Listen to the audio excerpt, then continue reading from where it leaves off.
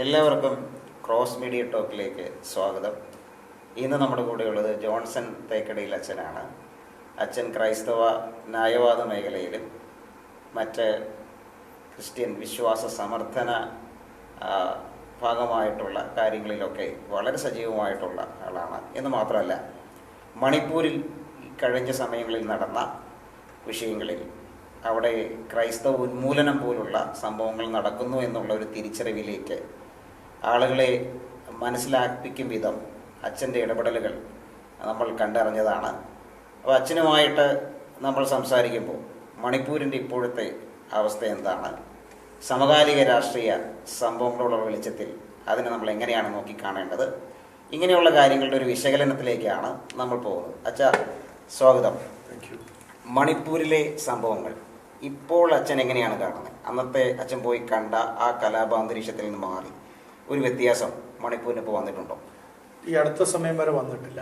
നമുക്കറിയാവുന്ന പോലെ ഇലക്ഷന് ശേഷവും അവിടെ കലാപങ്ങൾ ഉണ്ടാകുകയും ഒരു പ്രത്യേക വിഭാഗത്തിൽപ്പെട്ട ട്രൈബൽസിനെ വളരെ മൃഗീയമായിട്ട് തന്നെ ഉപദ്രവിക്കുകയും, അത് കുക്കീസ് അല്ല, വേറൊരു സബ് ട്രൈബാണ്, അവർ അവിടുന്ന് ചെതറിപ്പോവുകയും ചെയ്തു. അവരുടെ ഗ്രാമങ്ങൾ കത്തിച്ചു, ഭവനങ്ങൾ കത്തിച്ചു. മേത്തി വിഭാഗത്തിൽപ്പെട്ട സഹോദരങ്ങളാണ് അത് ചെയ്തത്. അപ്പോൾ അതൊരു വലിയ ദുരന്തമായി ഇപ്പോഴും നിലനിൽക്കുന്നു.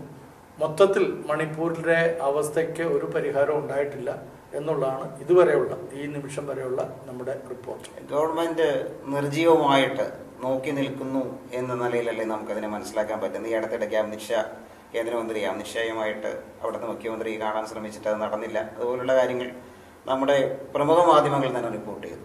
അപ്പോൾ അതിനെ എങ്ങനെയാണ് നോക്കിക്കാണുന്നത്? ശ്രീ എൻ ബീരൻ സിംഗ് അവിടുത്തെ മുഖ്യമന്ത്രി എന്നറിയപ്പെടുന്ന വ്യക്തി, പക്ഷേ അദ്ദേഹത്തിന് അവിടെ യാതൊരു ഹോൾഡും ഇല്ല എന്നുള്ളത് നേരത്തെ മുതൽ നമ്മൾ പറഞ്ഞുകൊണ്ടിരുന്നതാണ്. അദ്ദേഹം ഒരു പ്രത്യേക വിഭാഗത്തിൻ്റെ, പ്രത്യേകിച്ച് ഒരു മിലിറ്റന്റ് ഗ്രൂപ്പിനെ മാത്രം പ്രൊമോട്ട് ചെയ്യുന്ന വ്യക്തിയായിട്ടാണ് അവിടുത്തുകാർ അദ്ദേഹത്തെക്കുറിച്ച് മനസ്സിലാക്കിയിരിക്കുന്നത്. ഈവൻ മേത്തി വിഭാഗത്തിൽപ്പെട്ട ആളുകൾ തന്നെ. അതുകൊണ്ടായിരുന്നല്ലോ ഇലക്ഷനിൽ വളരെ ഒരു ദാരുണ്യമായിട്ടുള്ള പരാജയമൊക്കെ അവിടെ സംഭവിച്ചത്. എന്ന് പറഞ്ഞാൽ മെയ്തയിലെ മിലിറ്റന്റ് ആയിട്ടുള്ള ഗ്രൂപ്പിനെ അദ്ദേഹം പ്രൊമോട്ട് ചെയ്തു. അരമ്പായ് താങ്കോൾ എന്ന് പറയുന്ന ഒരു വിഭാഗത്തെ അദ്ദേഹം രൂപീകരിക്കുകയും അതിന് വേണ്ടുന്ന വളവും വെള്ളവും എല്ലാം വെച്ചു കൊടുക്കുകയും ചെയ്ത വ്യക്തിയായിട്ടാണ് അദ്ദേഹത്തെ ആ പ്രദേശത്തുള്ള ആളുകൾ തന്നെ മനസ്സിലാക്കിയിരിക്കുന്നത്. അവർ മാത്രമല്ല, മറ്റ് ആളുകളും മനസ്സിലാക്കിയിരിക്കുന്നത്. നമുക്കറിയാവുന്ന പോലെ അവിടെ ഈ പ്രശ്നങ്ങളുടെ ആരംഭം പോലും അദ്ദേഹം അതൊന്ന് ട്രിഗർ ചെയ്തുകൊണ്ടാണ് സംഭവിച്ചതെന്നാണ് മൊത്തത്തിൽ ആളുകൾ വിശകലനം ചെയ്യുന്നത്. പ്രത്യേകിച്ച് ഈ കാലഘട്ടത്തിൽ മേത്തി സഹോദരങ്ങൾ തന്നെ വളരെ കൃത്യമായിട്ട് അത് പറയുന്നുണ്ട്. അതാണ് നമുക്ക് മനസ്സിലാക്കാൻ കഴിഞ്ഞിരിക്കുന്നത്. സംഘപരിവാറിൻ്റെ ഒരു പ്രത്യയശാസ്ത്രം, ആ പ്രത്യയശാസ്ത്രത്തിൻ്റെ ഫലമായിട്ടുണ്ടായ, അതിൻ്റെ പേരിൽ അവർ ഉണ്ടാക്കിയെടുക്കുന്ന കുറച്ച് അജണ്ടകൾ അതും അവിടെ നടപ്പാകുന്നില്ലേ ആ നിലയിൽ? ഒരു പക്ഷെങ്കിൽ അങ്ങനെ ഈ കേന്ദ്ര ഭരണത്തിലെ ആളുകൾ ആ വിധത്തിൽ എല്ലാവരെയും കൈക്കലാക്കാം എന്നൊരു ധാരണ ആരംഭത്തിലുണ്ടായെങ്കിലും കാര്യങ്ങളുടെ കിടപ്പെല്ലാം വ്യത്യസ്തമാണ്. അതിന് പ്രധാനമായിട്ടും അവിടെ മുമ്പ് ഞാൻ പറഞ്ഞിട്ടുള്ള പോലെ ഒരു എക്കണോമിക്കൽ റീസൺസ് ഉണ്ട്. അതിൻ്റെ ശരിയായ ഒരു കാഴ്ചപ്പാടാണ് ഇപ്പോൾ നടന്നുകൊണ്ടിരിക്കുന്നത്. അവിടെ ചില കമ്പനികൾ മൈനിങ്ങിന് വേണ്ടിയിട്ടും മറ്റും അവിടേക്ക് അവരുടെ കമ്പനികളെ അയച്ചു വേണ്ടുന്ന ക്രമീകരണങ്ങൾ ചെയ്തുകൊണ്ടിരിക്കുകയാണ്. അത് എല്ലാവർക്കും അറിയാവുന്ന കാര്യങ്ങളായതുകൊണ്ടാണ് ഞാൻ ഡിസ്ക്ലോസ് ചെയ്യുന്നത്. മുൻകാലത്തൊക്കെ ഇത് ഞാൻ പറയുന്ന സമയത്ത് അങ്ങനെ ആയിരുന്നില്ല എന്നൊക്കെയാണ് ആളുകൾ തെറ്റായിട്ട് വല്ലാതെ ഭീഷണിപ്പെടുത്തിയതുപോലുള്ള സംഭവങ്ങളൊക്കെ ഉണ്ടായിട്ടുണ്ട്. ചാനൽ ചർച്ചയിൽ തന്നെ എന്നെ ഭീഷണിപ്പെടുത്തിയ ഒരുപാട് പേരുണ്ടല്ലോ, തനിക്ക് കാണിച്ചു തരാമെന്നൊക്കെ പറഞ്ഞ ആളുകളൊക്കെ ഉണ്ട്. അതൊന്നും നമുക്കൊരു ഭീഷണിയല്ല. കാരണം സത്യത്തിന് വേണ്ടി നമ്മൾ നിലനിൽക്കുമ്പോൾ ഭീഷണി എന്നൊക്കെ പറയുന്നത് നമുക്കൊരു പുഞ്ചിരിയോടുകൂടെ നേരിടാവുന്നത്. ഇപ്പോഴത്തെ മാറിയ രാഷ്ട്രീയ സാഹചര്യത്തിൽ കുറച്ചുകൂടി കാര്യങ്ങൾ നമുക്ക് പറയാം എന്ന നിലയിലേക്ക് വന്നിട്ടുണ്ടെന്നോ? ഇപ്പോൾ എനിക്ക് തോന്നുന്നത് കേന്ദ്രം ഭരിക്കുന്ന ഭരണസമിതി അംഗങ്ങൾ തന്നെ ഈ വസ്തുതകൾ കൃത്യമായി മനസ്സിലാക്കി തുടങ്ങി. നമ്മൾ പറഞ്ഞ കാര്യങ്ങൾ വാസ്തവമാണെന്ന് അവർക്ക് തന്നെ ബോധ്യമായതിന്റെ വെളിച്ചത്തിലാണ് ശ്രീ എൻ ബീരൻ സിംഗ് നമ്മുടെ അമിത്ഷാജിയെ കാണാനായിട്ട് വന്ന സമയത്ത് അദ്ദേഹം അത് റിഫ്യൂസ് ചെയ്തു. അമിത്ഷാജി അനുവദിച്ചില്ല. അത് അദ്ദേഹം അസാമിലെ ഹേമന്ത് ബിശ്വ മുതലായിട്ടുള്ള ആളുകളെ കൂട്ടുപിടിച്ചുകൊണ്ട് വരാനായിട്ടും അവരിൽ കൂടെ ഒന്നുകൂടെ കാണാനായിട്ട് ശ്രമിച്ചിട്ടും നടന്നില്ല എന്നുള്ളത് വളരെ ഖേദകരമായൊരു കാര്യമാണ്. അപ്പം അതിൻ്റെ അർത്ഥം സെൻട്രൽ ഗവൺമെൻറ്റിലുള്ള എല്ലാ മിനിസ്റ്റേഴ്സിനും കൃത്യമായിട്ട് മനസ്സിലായി. തന്നെയല്ല, ഞങ്ങൾ നമ്മുടെ കിരൺ റിജിജുമായിട്ട് മന്ത്രി, ഇപ്പോഴത്തെ പാർലമെന്ററി വകുപ്പിന്റെ മന്ത്രിയുമായിട്ട് നേരത്തെ ഞങ്ങൾ നേരിട്ട് സംസാരിച്ച 1 മണിക്കൂറോളം ഞങ്ങൾ ഡിസ്കഷൻ ഈ വിഷയത്തെ സംബന്ധിച്ച് നടത്തിയിരുന്നു. അപ്പോൾ അദ്ദേഹമാണ് ആ സ്ഥലത്തു നിന്ന് വന്നിരിക്കുന്നത്. അദ്ദേഹം ഒരു ക്രൈസ്തവനോ അല്ലെങ്കിൽ സനാമയിസത്തിൽപ്പെട്ട ആളൊന്നുമല്ല, ബുദ്ധമതത്തിൽപ്പെട്ട ആളാണ്. അപ്പം അദ്ദേഹം വളരെ കൃത്യമായിട്ട് അവിടെ നടക്കുന്ന കാര്യങ്ങളെക്കുറിച്ച് ഗ്രഹിച്ചിട്ടുള്ള ആളാണ്. അദ്ദേഹം അന്ന് തൻ്റെ മന്ത്രിസഭയിലുള്ള ആളുകളോട് പങ്കുവെച്ചതിൻ്റെ ഫലമായിട്ട് അദ്ദേഹത്തിൻ്റെ മന്ത്രിസ്ഥാനം ആ ഭാഗത്തു നിന്ന്, അദ്ദേഹം ആയിരുന്ന അവസ്ഥയിൽ നിന്ന്, ആഭ്യന്തര വകുപ്പിൻ്റെ സഹമന്ത്രിയായിരുന്നു, അതിൽ നിന്ന് അദ്ദേഹത്തെ പെട്ടെന്ന് മാറ്റി എർത്ത് സയൻസിൻ്റെ ഡിപ്പാർട്ട്മെൻറ്റിലേക്കൊക്കെ വിട്ടു.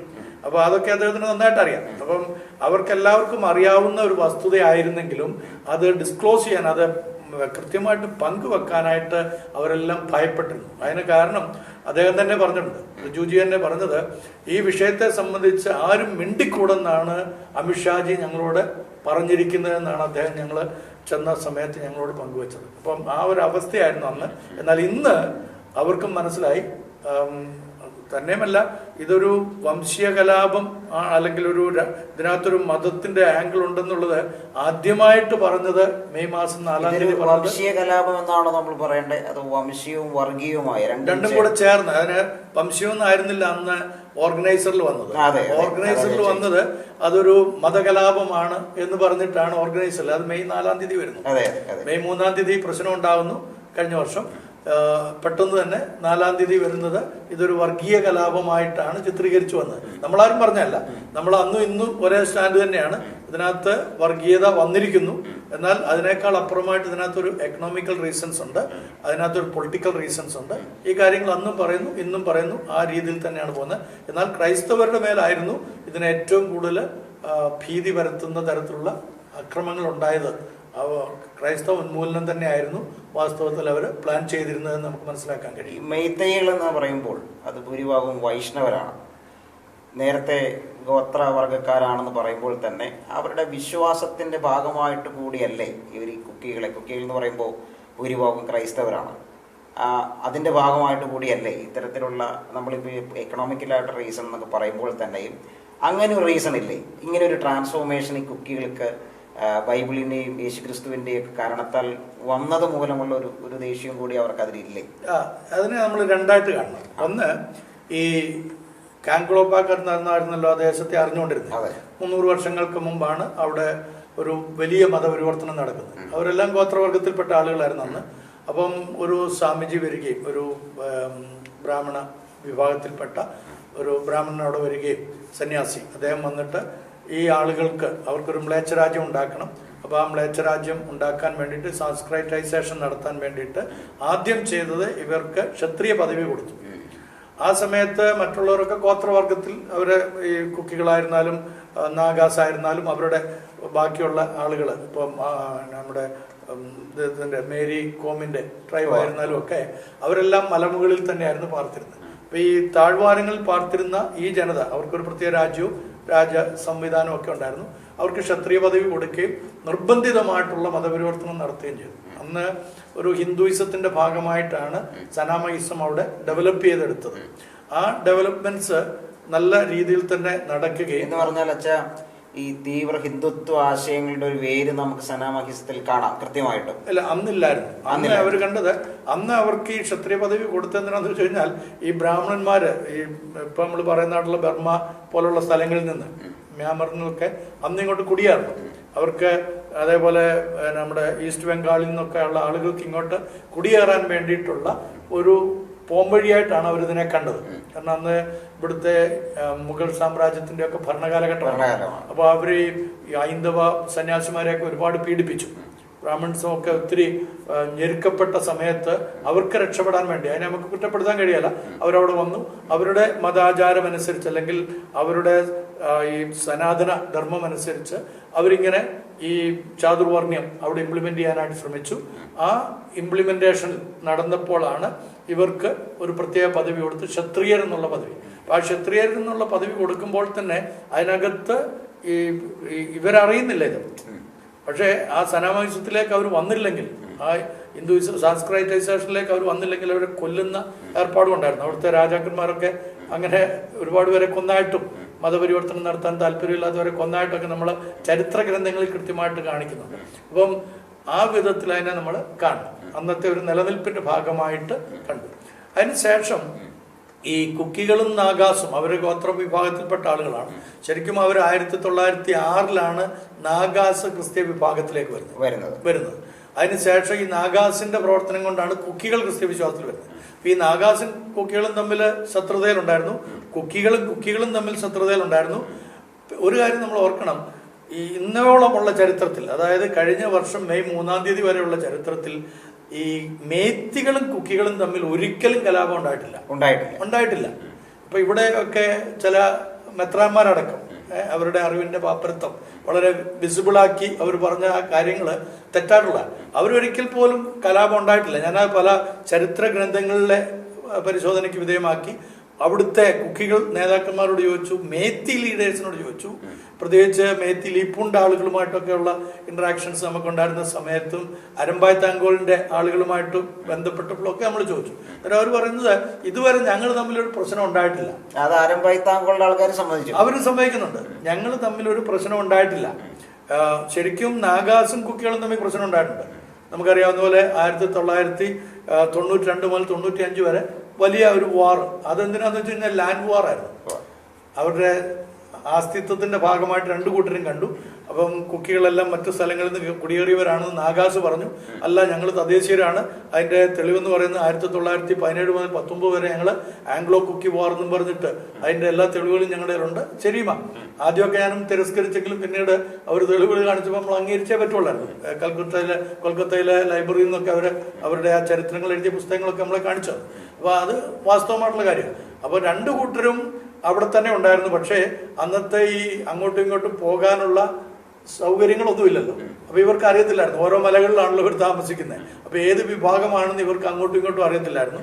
പിന്നെ അവരുടെ കോമൺ ലാംഗ്വേജ് ഉണ്ടായിരുന്നു, അതെല്ലാം സംസാരിക്കുകയൊക്കെ ചെയ്യുമായിരുന്നു. പിന്നീടാണ് 92 മുതൽ 95 വരെയുള്ള വാറ് അത് വളരെ പെട്ടെന്ന് തന്നെ അവസാനിക്കുകയും ചെയ്തു. അത് ശരിക്കും ഈ സ്ഥലങ്ങൾക്ക് വേണ്ടിയിട്ടായിരുന്നു. അതിന്റെ പിന്നിൽ വേറെ ചില പൊളിറ്റിക്കൽ അജണ്ടയും കൂടി, ഒരു ഗ്രേറ്റർ നാഗാലാൻഡ് എന്നുള്ള ഉണ്ടായിരുന്നു. അതെല്ലാം പരിഹരിക്കപ്പെട്ടു. അതിനുശേഷം ഇന്നയോളം മണിപ്പൂരിൽ ഒരു പ്രശ്നം ഉണ്ടായിട്ടില്ലായിരുന്നു. ഈ മെയ് 3 വരെ ഒരു പ്രശ്നം ഉണ്ടാകാതെ ഈ പങ്കിൻസുമായിട്ട് ഇവർക്ക് പ്രശ്നം ഉണ്ടായിരുന്നു. ഈ മേത്തികളും പങ്കിൻസും തമ്മിൽ പ്രശ്നം ഉണ്ടായിട്ടുണ്ട്.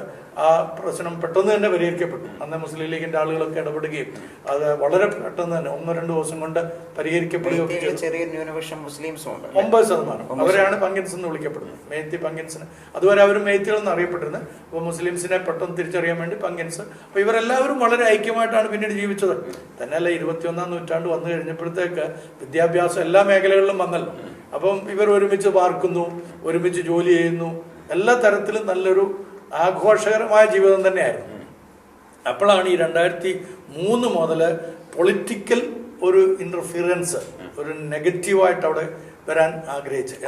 അത് ക്രൈസ്തവ ഉന്മൂലനം ലക്ഷ്യമാക്കിക്കൊണ്ടാണെന്ന് നമുക്ക് ചിന്തിക്കാനുള്ള ന്യായങ്ങളുണ്ട്.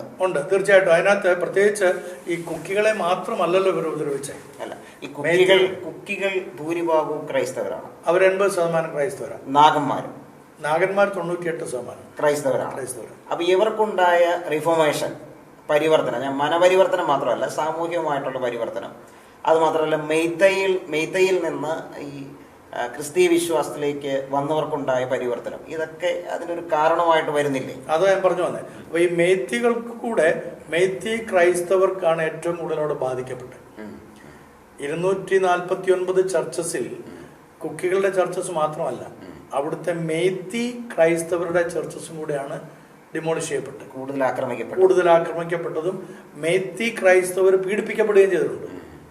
മനസ്സിലായില്ലേ? അവര് ഇപ്പം വീടുകളൊക്കെ നഷ്ടപ്പെട്ട പലയിടങ്ങളിലും ക്യാമ്പുകളിലാണ്. മെയ്തൈ വിഭാഗം എന്ന് പറയുമ്പോൾ അവര് ഭൂരിഭാഗം വൈഷ്ണവരാണ്, നാഗന്മാര് ക്രിസ്ത്യാനികളാണ്, അതുപോലെ തന്നെ കുക്കികളും ക്രൈസ്തവരാണ്. അപ്പോൾ ഇവർക്ക് വന്ന ഈ നാഗന്മാർക്കും കുക്കികൾക്കും മെയ്തൈ വിഭാഗത്തിൽ നിന്ന് ക്രിസ്തീയ വിശ്വാസം സ്വീകരിച്ചവർക്കും വന്ന പരിവർത്തനം എന്നതുകൊണ്ട് ഉദ്ദേശിക്കുന്നത് ഈ മനപരിവർത്തനം മാത്രമല്ല, സാമൂഹ്യ പരിവർത്തനം, അതും കൂടി ഇത്തരം ഒരു വൈരത്തിന് ഇവർക്ക് കാരണമായിട്ട് ഉണ്ടാകും. അതിലെന്താ അച്ഛൻ ചിന്തിക്കുന്നത്? അത് ബേസിക്കലി അവിടുത്തെ ജനങ്ങൾക്ക് അങ്ങനത്തെ ഒരു വലിയ പ്രശ്നം ഇല്ലായിരുന്നു. അവരുടെ ചരിത്രം നോക്കുന്ന സമയത്ത്, കാരണം മെയ്ത്തികളുടെ ഇടയിൽ തന്നെയായിരുന്നു കുക്കികൾ താമസിച്ചിരുന്നത്. കുക്കികളുമായിട്ട് ഇവർ ഏറ്റവും അടുത്ത് ഇടപഴകുകയും മാത്രമല്ല ഈ ഇഷ്യൂ നടക്കുന്ന സമയത്ത് DGP കുക്കിയാണ്. DGP IAS IPS ഗ്രേഡിൽ ഒരുപാട് പേര് അവിടുത്തുകാരുണ്ട്, ഈ കുക്കികളുണ്ട്. അടുത്ത ചീഫ് സെക്രട്ടറി ആകേണ്ടിയിരുന്ന ആള്, അതിനകത്ത് 4 പേരുടെ ലിസ്റ്റും കുക്കികളുടെ ലിസ്റ്റാണ് കിടക്കുന്നത്, പേരുകളും കിടക്കുന്നത്. നാഗാസും അതുപോലെ എഡ്യൂക്കേറ്റഡ് ആണ്, മേത്തുകളും അതുപോലെ. അവിടെ അവർക്ക് ആ വിധത്തിലൊരു ഡിസ്പാരിറ്റി ഒന്നും ഉണ്ടായിരുന്നു. അപ്പൊ അങ്ങനെ വരുമ്പോ ഈ തീവ്ര ഹിന്ദുത്വ രാഷ്ട്രീയത്തിന്റെ ഒരു പൊളിറ്റിക്കൽ ഇന്റർഫിയൻസ് അല്ലേ ഇത്തരത്തിലുള്ള? അതുകൊണ്ടാണ് പറഞ്ഞത് ഇതിനകത്ത് ബേസിക് ആയിട്ടുണ്ടായ ഒരു അജണ്ട എന്ന് പറയുന്നത് എക്കണോമിക്കലാണ്. കാരണം അവരുടെ ഈ ഹില്ലേരികൾ മുഴുവനും വളരെ ഫലസമ്പുഷ്ടമാണ് എന്ന് പറഞ്ഞാൽ മിനറൽസ് ഉണ്ട്, ഡയമണ്ട് ഉണ്ട്, അതുപോലെ പെട്രോളിയം ഉൽപ്പന്നങ്ങൾ അവിടുന്ന് ലഭ്യമാവും. കൂടാതെ ഒരു ഗ്രീൻ സ്റ്റോൺ, ലോകത്തിലെ ഏറ്റവും വിലപിടിപ്പുള്ള ഗ്രീൻ സ്റ്റോൺ. അപ്പോൾ ഈ 4 കാര്യങ്ങൾ 2003 മുതൽ തന്നെ അവിടെ പഠനം നടത്തി കണ്ടെത്തിയിട്ടുള്ളതാണ്. ഇത് എങ്ങനെ കൈക്കലാക്കാൻ കഴിയുമെന്നുള്ളതായിരുന്നു ഈ പൊളിറ്റീഷ്യൻസിന്റെ താല്പര്യം. പ്രത്യേകിച്ച് അവിടുത്തെ ഭരണ സംവിധാനത്തിലിരിക്കുന്ന ആളുകളുടെയൊക്കെ ആഗ്രഹം അതായിരുന്നു. അവിടുത്തെ കേന്ദ്രത്തിന്റെ, പ്രത്യേകിച്ച് നമ്മുടെ കോർപ്പറേറ്റ് ആളുകളുടെ, ഇന്ത്യയുടെ ഭരണ സംവിധാനത്തെയൊക്കെ നിയന്ത്രിക്കുന്ന ആളുകളായിട്ടുള്ള കോർപ്പറേറ്റ്സിന്റെ. അപ്പോൾ അതിനു വേണ്ടി ഒരു ഗൂഢാലോചന നടത്തപ്പെടണം. 2017 മുതൽ അതിനുവേണ്ടിയുള്ള നീക്കങ്ങൾ നടന്നിരുന്നു. പല കമ്പനികൾക്കും സൈൻ ചെയ്ത് കൊടുത്തിരുന്നു പേപ്പറുകൾ. പക്ഷേ 1960 നിയമം അനുസരിച്ച്, ഇന്ത്യയുടെ നമ്മുടെ ഭരണഘടനയിൽ കൊണ്ടുവന്ന മാറ്റം അനുസരിച്ച് ഈ ട്രൈബൽസിന് മാത്രമേ ഹില്ലേരിയ ഓക്യുപ്പൈ ചെയ്യാൻ പറ്റുള്ളൂ, വേറെ ആർക്കും പറ്റില്ല. അപ്പോൾ ആ ഹില്ലേരിയയിലേക്കുള്ള ഇവരുടെ പ്രവേശനം തടസ്സപ്പെടുത്തുന്ന ഒരു ട്രൈബൽ എന്നുള്ള പേരില്ലാത്തതാണ്. ട്രൈബൽ എന്നുള്ളൊരു പേര് ഇവർക്ക് കിട്ടുകയാണെങ്കിൽ തീർച്ചയായിട്ടും അവിടെ കയറി ഈ പറഞ്ഞ കാര്യങ്ങളെല്ലാം ശരിയായിട്ട് എടുക്കാൻ പറ്റും. അപ്പോൾ ഇപ്പോഴത്തെ അവിടെ ഉണ്ടായിരുന്ന ഭരണകൂടം അതിനു വേണ്ടുന്ന കരുക്കൾ നീക്കിയപ്പോൾ അവർ ആദ്യം ഇതിനകത്ത് ഫെയിലിയർ ആകുന്നു. കാരണം ഇവിടെ കേന്ദ്രത്തിൽ അതിനെക്കുറിച്ചുള്ള ചർച്ചകൾ കൊണ്ടുവരുന്നു, അവിടെ നടക്കുകയില്ല എന്ന് മനസ്സിലായി. എന്നാൽ അത് തദ്ദേശീയമായി തന്നെ തീരുമാനിക്കാമെന്നുള്ള ആഗ്രഹത്തിലാണ് അത് അവിടുത്തെ നമ്മുടെ ഹൈക്കോടതിയിൽ കൊണ്ടുവരുന്നത്, മണിപ്പൂർ ഹൈക്കോടതിയിൽ കൊണ്ടുവരുന്നത്. അപ്പോൾ അതിനു വേണ്ടിയിട്ടാണ് അവിടുത്തേക്ക് ചീഫ് ജസ്റ്റിസിനെ തമിഴ്നാട്ടിൽ നിന്ന് കൊണ്ടുപോയിരിക്കുന്നതെന്ന് വരെയുള്ള ഒരു വാദം ഇപ്പോൾ അവിടെ സ്ട്രോങ് ആണ്. അന്ന് കൊണ്ടുപോയത് അതിന്റെ തെളിവും കൂടി ആയിരുന്നല്ലോ നമ്മുടെ സുപ്രീം കോടതി അവിടുത്തെ ചീഫ് ജസ്റ്റിസിനെ വളരെ നന്നായിട്ട് സഹകരിച്ചതൊക്കെ. അപ്പം അതെല്ലാം തന്നെ നമ്മൾ കൂട്ടി വായിക്കുന്ന സമയത്ത് ഈ മേത്തി വിഭാഗത്തിന് ട്രൈബൽ പദവി കൊടുത്തു കഴിഞ്ഞാൽ അവർക്ക് ആ ഹില്ലേരിയ മുഴുവൻ ഓക്യുപ്പൈ ചെയ്യാം. അത് സാധിക്കുന്നില്ല എന്ന് കണ്ടപ്പോഴാണ് അതിനെതിരെ നിൽക്കുന്ന ഈ ട്രൈബൽസ് ആണല്ലോ. അതുകൊണ്ടാണ് ഈ all Manipur tribal students organisation എല്ലാം കൂടെ അവിടെ ഒരു വലിയ റാലി നടത്തുന്നത് May 3-ാം തീയതി. അപ്പൊ അതിന്റെ ഒരു വൈരാഗ്യമായിരുന്നു പെട്ടെന്ന് നടന്നിട്ടുള്ള കലാപങ്ങളെല്ലാം തന്നെ. അപ്പൊ അതിന്റെ കൂടെ ഈ പൊളിറ്റിക്കൽ ഇന്റർഫിയറൻസിന്റെ കൂടെ ഇവര് ഈ തീവ്ര ഹിന്ദുത്വ രാഷ്ട്രീയത്തിന്റെ ഒരു ആശയം ഇവർ ഊതിക്കത്തിച്ചു എന്ന് നമുക്ക് ചിന്തിക്കാം. അവിടെ ഹിന്ദുയിസം മാത്രമല്ല, അതിനകത്ത് നമ്മളൊരു കാര്യം മനസ്സിലാക്കണ്ടേ, അവിടുത്തെ ഹിന്ദുക്കൾ സാമാന്യ നല്ല മനുഷ്യരാണ്. ഹിന്ദുക്കൾ വളരെ നല്ല മനുഷ്യരാണ് അവരെ സംബന്ധിച്ചത്. അതിനകത്ത് ഈ 2 ഗ്രൂപ്പാണ് ഏറ്റവും ഫനാറ്റിക് ആയിട്ടുള്ളത്. ഒന്ന് മേത്തി ലീപ്പൂൺ ഹിന്ദുത്വ ആശയങ്ങളുമായിട്ട് എന്ന് വരാം. ഹിന്ദുയിസവും ഹിന്ദുത്വവും രണ്ടായിട്ട് നമ്മൾ കാണാൻ പറ്റുള്ളൂ. കാരണം നമ്മള് പിറ്റേ മാസത്തിൽ അവിടെ നടത്തിയ റാലിയിൽ, ജൂൺ മാസത്തിൽ നടത്തിയ റാലിയിൽ അവിടെ കൂടി വന്നതിന് അതിന് നേതൃത്വം കൊടുത്തും ഒക്കെ തന്നെ അവിടുത്തെ ഹൈന്ദവ സഹോദരി സഹോദരന്മാരാണ് ഞങ്ങളോടൊപ്പം റാലിയിൽ ആരംഭം മുതൽ അവസാനം വരെ അതിന്റെ ചുമതല വഹിച്ചതും കാര്യങ്ങൾ നടത്തിയൊക്കെ അവരാണ്. അവർ വളരെ വളരെ പീസ്ഫുൾ ആയിട്ടുള്ള ആളുകളാണ്. അവരിൽ നിന്നാണ് നമ്മൾ പല കാര്യങ്ങളും സത്യസന്ധമായി മനസ്സിലാക്കാൻ ഇടയായിത്തീർന്നത്. പിന്നെ ഈ മേത്തി ക്രിസ്ത്യൻസ് ഈ വിധത്തില് മേത്തികളെ ക്രിസ്ത്യൻസ് ആയി തീരുന്നത് അതിന്റെ കാരണക്കാര് ഈ കുക്കികളാണെന്നുള്ളത് ഇവർ മനസ്സിലാക്കുന്നു. അതാ ഞാൻ ചോദിച്ച പൊളിറ്റിക്കൽ ഇന്റർഫിയറൻസ് വന്നേക്കുന്നത്.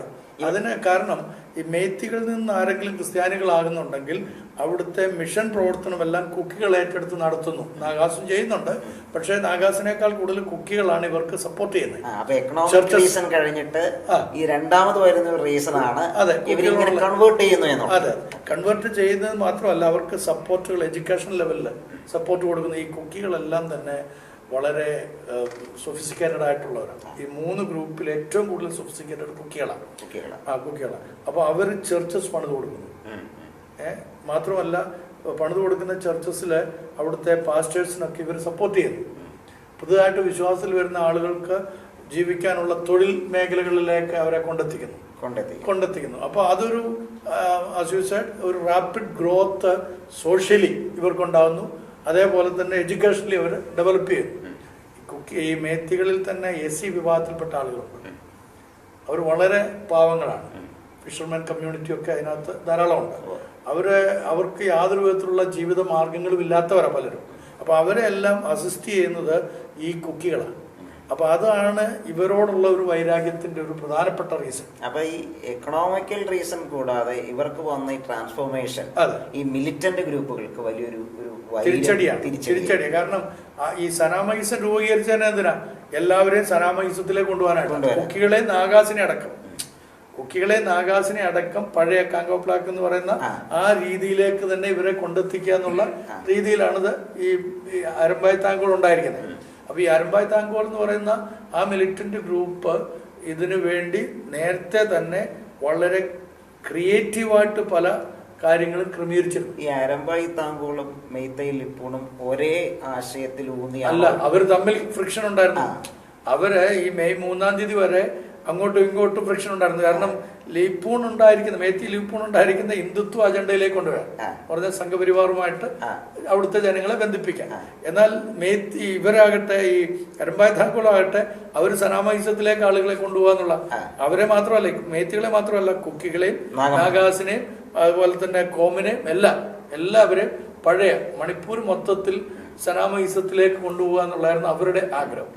ഇത് രണ്ടും കൂടെ ഫ്രിക്ഷൻ ഉണ്ടായിരുന്നു. പക്ഷേ ഈ ഭരണ സംവിധാനത്തിൽ ഇതെല്ലാം കൂടെ യോജിപ്പിച്ചുകൊണ്ടാണ് ഈ മെയ് 3-ാം തീയതിയിലുള്ള പ്രശ്നം രൂപീകരിക്കപ്പെടുന്നത്. ഇത്തരം വിഷയങ്ങൾ ഇപ്പോൾ എക്കണോമിക്കലായിട്ടുള്ള റീസൺസ്, അതുപോലെ തന്നെ അവർക്ക് വന്ന ട്രാൻസ്ഫോർമേഷൻ, അതൊരു ക്രൈസ്തവ ഉന്മൂലനം എന്ന് നമ്മൾ പറയുന്ന രീതിയിലേക്ക് വഴിമാറിയത് ഇപ്പം മുതലാണ്.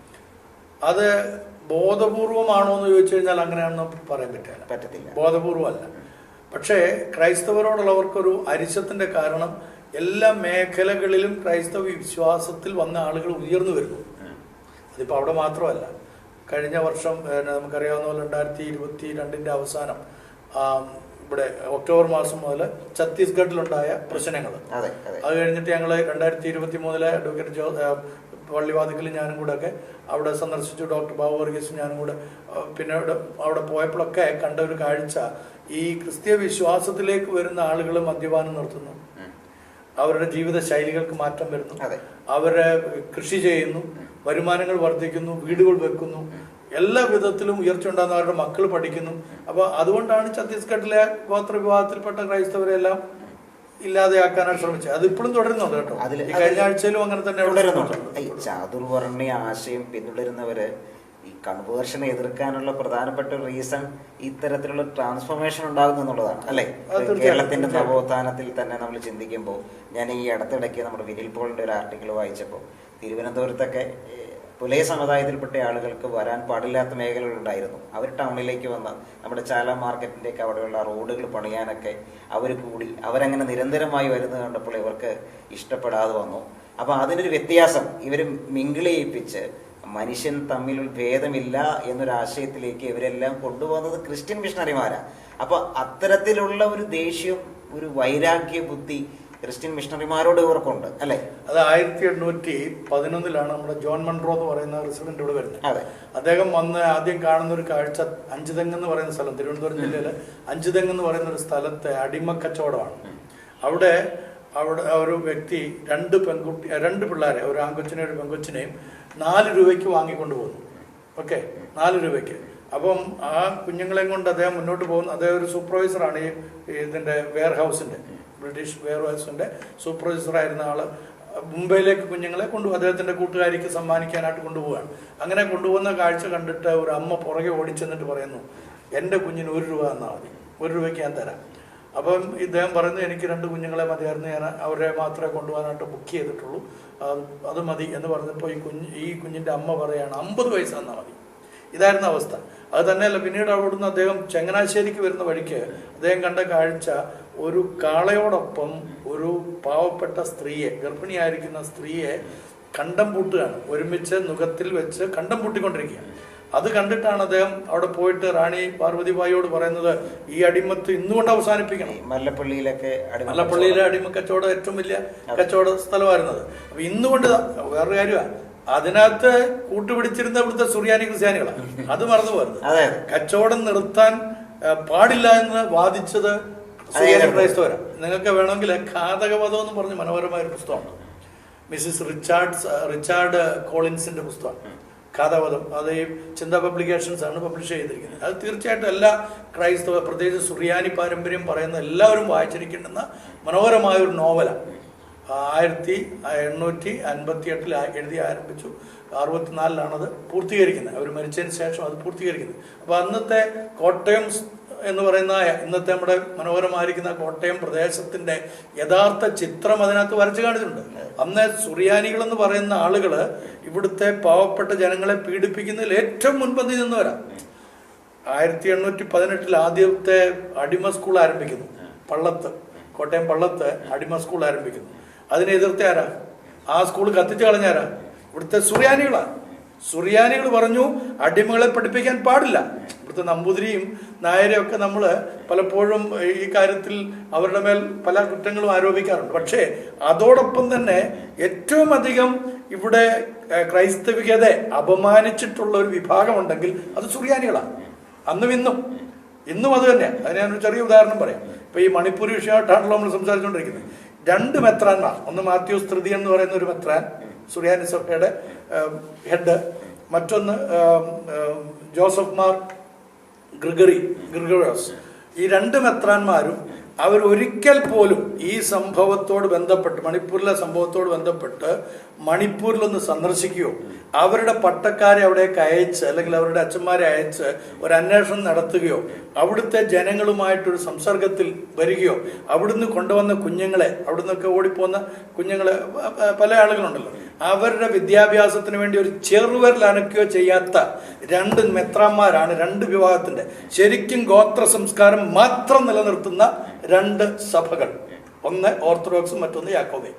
അവർ പറയുകയാണ് അവിടെ നടന്നിരിക്കുന്ന ഗോത്ര വൈരാഗ്യം. ഞാനിത് അവിടുത്തെ എൻ്റെ ഒരു സ്നേഹിതൻ അച്ഛനോട് സംസാരിച്ചു. ഞങ്ങളുടെ നാട്ടിൽ 2 മെത്രാന്മാര് ഇങ്ങനെ നിങ്ങളെക്കുറിച്ച് പറയുന്നു. അപ്പോൾ അദ്ദേഹം ചർച്ച് ഹിസ്റ്ററിയുടെ ഒരു മാസ്റ്റർ, ഒരു വലിയ ഒരു ജീനിയസ് ആയിട്ടുള്ള വ്യക്തിയാണ്. ഇവരുടെ കൂടെ ഒക്കെ പഠിച്ച, ഈ ഗ്രിഗറിയോടെയൊക്കെ കൂടെ പഠിച്ച ഒരു വ്യക്തിയാണ്. അദ്ദേഹം പറഞ്ഞത്, ഞങ്ങളാണോ ഗോത്ര സംസ്കാരം കാണിക്കുന്നത് അതോ ഈ പറഞ്ഞ 2 മെത്രാന്മാരുമാണോ എന്ന് എന്നോട് തിരിച്ചു ചോദിച്ചത്. ശരിക്കും എനിക്ക് അപ്പോഴാണ് കണ്ണു തള്ളിയത്. ശരിയാ, ഇവർ ഗോത്ര സംസ്കാരമല്ലേ കാണിക്കുന്നത്. പള്ളി പിടിച്ചെടുക്കുക, അവിടെ ക്രൈസ്തവരുടെ പള്ളി പൊളിച്ചതുപോലെ കത്തിച്ചതുപോലെ ഇവരിവിടെ അത് തന്നെയല്ലേ ചെയ്യുന്നത്. ശരിക്കും ഗോത്ര സംസ്കാരം നിലനിർത്തുന്ന ആരാ ഇവിടെ കേരളത്തില്? ഈ പറഞ്ഞ 2 മെത്രാന്മാരാ. മലബാറിൽ ഈ പ്രശ്നമൊന്നുമില്ലായിരുന്നു. ഞങ്ങൾക്ക് ഇവിടെ പള്ളി പിടുത്തവും ഇങ്ങനത്തെ ഒരു പ്രശ്നമില്ലായിരുന്നു. പക്ഷെ ഇപ്പൊ കഴിഞ്ഞതിന്റെ മുമ്പത്തെ ആഴ്ചയല്ലേ പാലക്കാട് ഇവർക്കാർ പള്ളി പിടിക്കാനായിട്ട് പോയത്. അപ്പൊ ഗോത്ര സംസ്കാരത്തിന്റെ തനിമ ഇന്ന് നിലനിൽക്കുന്നത് കേരളത്തിൽ ഈ 2 വിഭാഗത്തിന്റെ ഇടയിലാണ്. പക്ഷെ നമ്മൾ അങ്ങനെ പറഞ്ഞു വരുമ്പോ ഇവര് ഗോത്ര വർഗങ്ങൾ തമ്മിലുള്ള സംഘർഷമാണ് എന്ന് ലഘൂകരിക്കുമ്പോൾ പലരും ഇതിന് പറയുന്ന നിലപാട് മാറ്റം എന്നുള്ളതാണ്. പക്ഷെ മോഡി ഗവൺമെന്റ് ഗുജറാത്തിൽ മോഡി ഭരിക്കുമ്പോൾ പോലും ഓർത്തഡോക്സ് സഭ അദ്ദേഹത്തിന് അനുകൂലമായിട്ടുള്ള കാര്യങ്ങളൊക്കെ പറഞ്ഞിട്ടുള്ളത് നമുക്കറിയാം. അപ്പം ഇവരുടെ നേരത്തെ മുതലുള്ള നിലപാട് ആ നിലയിൽ, ജാക്കോബായ ഓർത്തഡോക്സ് വിഭാഗങ്ങളുടെ നിലപാട് ആ നിലയിലാണ് പോകുന്നത്. ഇപ്പോൾ ഈ മണിപ്പൂർ ഇഷ്യൂ വരുമ്പോൾ ഇവർ കടുപ്പിച്ച് അത് ഗോത്ര വർഗങ്ങൾ തമ്മിലുള്ള സംഘർഷമാണ് എന്ന് കുറെ കൂടി കടുപ്പിച്ച് അങ്ങനെ പറയാനുള്ളൊരു കാരണം എന്തായിരിക്കാം? അച്ഛൻ ഈ പറഞ്ഞ റീസണൊക്കെ അവിടെ നിൽക്കുമ്പോൾ തന്നെ ഈ മണിപ്പൂർ ഇഷ്യൂവിൽ ഇവരിങ്ങനെ പറയാനുള്ളൊരു കാരണം എന്തായിരിക്കാം? അതിനകത്ത് ഞാൻ പറഞ്ഞല്ലോ, ഇവർക്കൊരു ഗോത്ര സംസ്കാരം ഉണ്ടെന്നുള്ളത്. അതിനൊരു തെളിവ് പറയാം. ഇവർ സെന്റ് തോമസിന്റെ പാരമ്പര്യം അവകാശപ്പെടുന്നവരാണ്. സെന്റ് തോമസ് ഏത് ഗോത്രക്കാരനാണ്? ഗോത്രവർഗത്തിൽപ്പെട്ട ആളായിരുന്നോ അല്ലയോ? ആയിരുന്നു. പത്രോസ് ഗോത്രവർഗക്കാരനായിരുന്നോ അല്ലയോ? യഹൂദന്മാരെല്ലാം ഗോത്രവർഗക്കാരായിരുന്നു. അപ്പൊ അവരുടെ സിംഹാസനത്തിൽ ആരൂഢരാകാൻ ആഗ്രഹിക്കുന്നവരും ഈ ഗോത്ര സംസ്കാരമുള്ളവരാണ്. മനസ്സിലായോ? ഇപ്പൊ ഇവിടെ വേറൊരു കാര്യം കൂടെ നിങ്ങൾ ഓർക്കണം. ഈ ക്രൈസ്തവര് ഇവിടുത്തെ ഈ പറയുന്നതായിട്ടുള്ള സുറിയാനി പാരമ്പര്യം പറയുന്ന സവർണാധിപത്യത്തിന്റെ വാക്താക്കളായി തീരുന്ന ആളുകൾ മനസ്സിലാക്കേണ്ട ഒരു കാര്യം, ഈ യഹൂദന്മാരാരും തന്നെ മറ്റുള്ള ആരെയും ജാതികളെന്നല്ലാതെ വിളിക്കത്തില്ല. വിജാതിയർ എന്നാണ് ഇവിടെ ഉള്ള എല്ലാവരും. ഇവരാരും തന്നെ ക്രിസ്തുവിന് മുമ്പേ ക്രിസ്ത്യാനികളായവരല്ലല്ലോ. അല്ല. അപ്പൊ ക്രിസ്തുവിനോടൊപ്പം ക്രിസ്ത്യാനികളായിരുന്ന് വാദിക്കപ്പെടുന്ന ഇവര് അവരുടെ ഗോത്ര സംസ്കാരത്തിന്റെ ഒരു ഭാഗമായിട്ടാണ് സവർണാധിപത്യത്തെ കൊണ്ടുവരാനായിട്ട് ശ്രമിക്കുന്നത്. അതുകൊണ്ടാണല്ലോ ബ്രാഹ്മിൻസിനെ സെന്റ് തോമസ് കൺവേർട്ട് ചെയ്തു.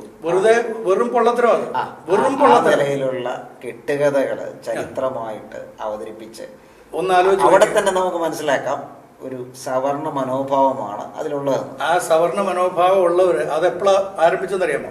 1856 വരെ ഇവരുടെ അവസ്ഥ, ഈ പറയുന്ന സവർണാധിപത്യം പറയുന്ന ആളുകളുടെ അവസ്ഥ, ഇവർക്ക് നായന്മാരെക്കാളും താഴെ സ്ഥാനവും ഈഴവരെക്കാളും ഒരു അല്പം ഉയർന്ന സ്ഥാനം മാത്രമേ ഉണ്ടായിരുന്നുള്ളൂ.